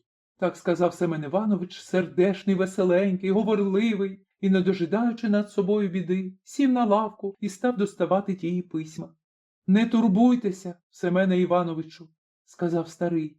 Письма опісля почитаємо. А може, ви хочете побачити Галочку? На, паноче, читають ці письма, а я побіжу, знайду Галочку. що й не зна, що я приїхав, а то б вибігла.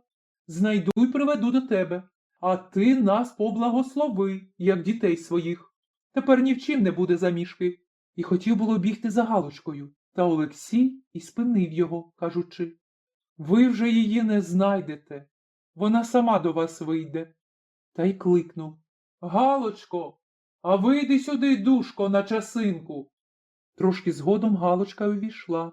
Семен Іванович кинувся було, як стріла до неї, аж зирк, вона в очіпку, вже молодицею. Він так і обмер, поблід, як стіна, впав на стіл, далі скочив і до неї. Галочко, що се ти наробила? Семене Івановичу, стала казати вона йому, ковтаючи сльози, що від самого серця йдуть і душать її. Пан отець мене благословив, і я по самій чистій своїй волі вийшла за чоловіка чесного, доброго. Не приходиться нам нічого споминати. Ще раз довелось мені сказати вам: прощайте навіки, забудьте все і не споминайте про мене. Я вам розв'язала світ.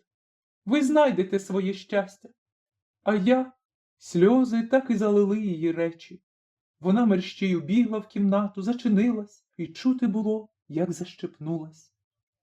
Довго Семен Іванович, припавши на стіл, плакав, ридаючи гірко. Далі схопився, обняв Олексія, поцілував його, кажучи: прощай, Олексію Петровичу, на вічні віки. Вдарив себе рукою по голові і вибіг з хати. Тільки вони його й бачили, і нічого не чули про нього ніколи. Олексій, зоставшись один у хаті, довго не тямив себе. Так йому важко було дивитись, як вони між собою побачились і як розірвались на вічні віки. Прочунявши трохи, зараз став молитися Богу, що чи не согрішив він чим, що розлучив таку їх любов. Щоб побратися їм, ніяк того не можна було. І щоб закінчати все, треба їй було вийти за другого. Сього й сама Галочка хотіла. Я їй вибрав чоловіка доброї душі, чесного. Він Галочку не те, що любитиме, він буде її шанувати, зберігатиме її. Галочка по своїй охоті йшла за нього. Вона не цурається його. Бачить, як він вбивається об ній. Вона й дякує йому. А далі, як Семена Івановича тут не буде, то вона його потрошку й забуде, а він, спасибі йому, і він побереже її. Він не буде показуватись до неї сам, щоб не розважати нудьги її. Саме важке, останнє попрощатися, минулося вже. Тепер молитися Богу і від Його милості ждати, щоб ми усі затихли собі і стали жити без горя. Галочко, вийди, душко, до мене, вже я сам, так сказав Олексій, стукаючи тихенько до неї в двері.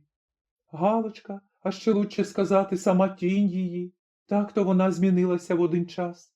Вийшла, ледве ступаючи, кинулась батенькові на шию, гірко плакала укупі з ним і, не здужаючи стояти, присіла на лавці. «Це вже останнє», – ледве промовила вона. «Боже, прости мене за сю годину. Може, я спіткнулася? Я чоловік, таточку. А ви і Микола не побачите більш моїх слізочок. А далі не замітите ніякої журби за мною». Олексій, бачачи, що вона кріпко змінилася після того, як побачилася з Семеном Івановичем, приголубив її, просив, молив, щоб вона виплакала своє горе, що після того їй легше буде, щоб не душила своєї журби, а потроху завладівала б її. Галочка вже мовчала, не плакала і, так би то бачиться, слухала його, та нічого не чула, що він їй казав.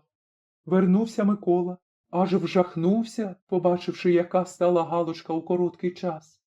Олексій хотів було казати, так Галочка зупинила його і швиденько каже: «Миколо, отеє, був тут Семен Іванович. Ти знаєш усе. Він не знав, що вже я за тобою. Добрий, він поплакав трохи, і я не стерпіла. Прости мене, всесвяті сльози, я вже ніколи не побачу його». Чим же ти винна, що кажеш, щоб я простив тебе? Сказав їй Микола, пригорнувши її до свого серця. Чи є хто чистіший тебе? Годі, сказала вона, силкуючись всміхнутись. Все хмарка набігла було і вже ніколи не вернеться. Побачиш, що я любитиму тебе. Поможи мені лагодити обід. Пан отець наш хоче обідати. Усе пішло на порядках, як і було сперва. Тільки Галочка щодень змінялася. Дуже видко було, що вона силувала себе, щоб і по господарству старатись, або робити що, або розговоритись з ким. Зазивала до себе подруг, іноді сама ходила до них. Та все робила, дуже себе силкуючи. І за роботою, і з подругами бачиться, і слуха, що вони розказують. Вона усе була в думках, а сльози так і видно було, що от хлинуть з очей. Вона їх здержує, перемага нудьгу свою, і таке їй мучення з собою ніколи було не минеться їй. Не тільки що кожний день, вона кожний час подавалася усе більш, і кожний вечір вона вже була не така, як була ранком. Микола не покидав її, розважав її, у вічі дивився, чого б вона забажала. Усе хотілося йому, щоб вона повеселішала, щоб забула журбу свою. Пан отець теж розговорював її, щоб вона о чим-небудь другім думала. Все понапрасну. От і слуха Миколу. Далі стане дивитись на нього, розглядаючи, мов уперше бачить чоловіка. Пізнає його, згадує, хто це такий. І тут здихне тяжко та тяжко, від серця здихне, згадавши все. Кинеться до нього і жалібненько, та не плачучи, бо, як сказала, так і не плакала ніколи, вже й слізочок не було, усі канули на серце, казала йому. Бачу все, знаю, що ти для мене робиш. Дякую тобі за твою кріпко добрую душу. Та що ж мені робити? Не можу зовладити з собою. І не посилала таки горя свого.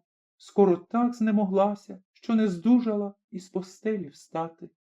Миколо, сину мій, бачиться, вона нас покине, гірко плачучи та вбиваючись, сказав Олексій. Хіба ж ми достойні, щоб ангел небесний жив з нами, сказав Микола і швидше до болящої. Вона не боліла, вона не страждала, а час від часу догоряла, мов свічечка, засихала, мов билиночка. Тілом хоч зовсім опустилася, так духом була бодра і, не боячись, дожидала, що їй находить. Тепер я помирилась з Богом милосердним, так казала вона, сповнивши усе по закону святому. Я готова, іду перед суддю праведного і милосердного Отця. Він мене не одженеть від себе. Я сповнила самий святіший закон його. Душу свою положила за мого друга, щоб відвернути від нього горе. Себе не змогла, не здужала зберегти. Я старалась, не змогла. Я чоловік. Отець мій буде розбирати моє хотіння. Він не зоставить покірної дочки. Так розговорювала вона, сидячи на постелі своїй, держачи Миколу за руку і припавши головою до батенька. Як ось, бачить, коло неї великий світ. Чує, кличуть її як-то дуже приятно, мов вона йде угору. Зирнула вниз, аж батенько її, і мужик над її тілом. 1839 рік.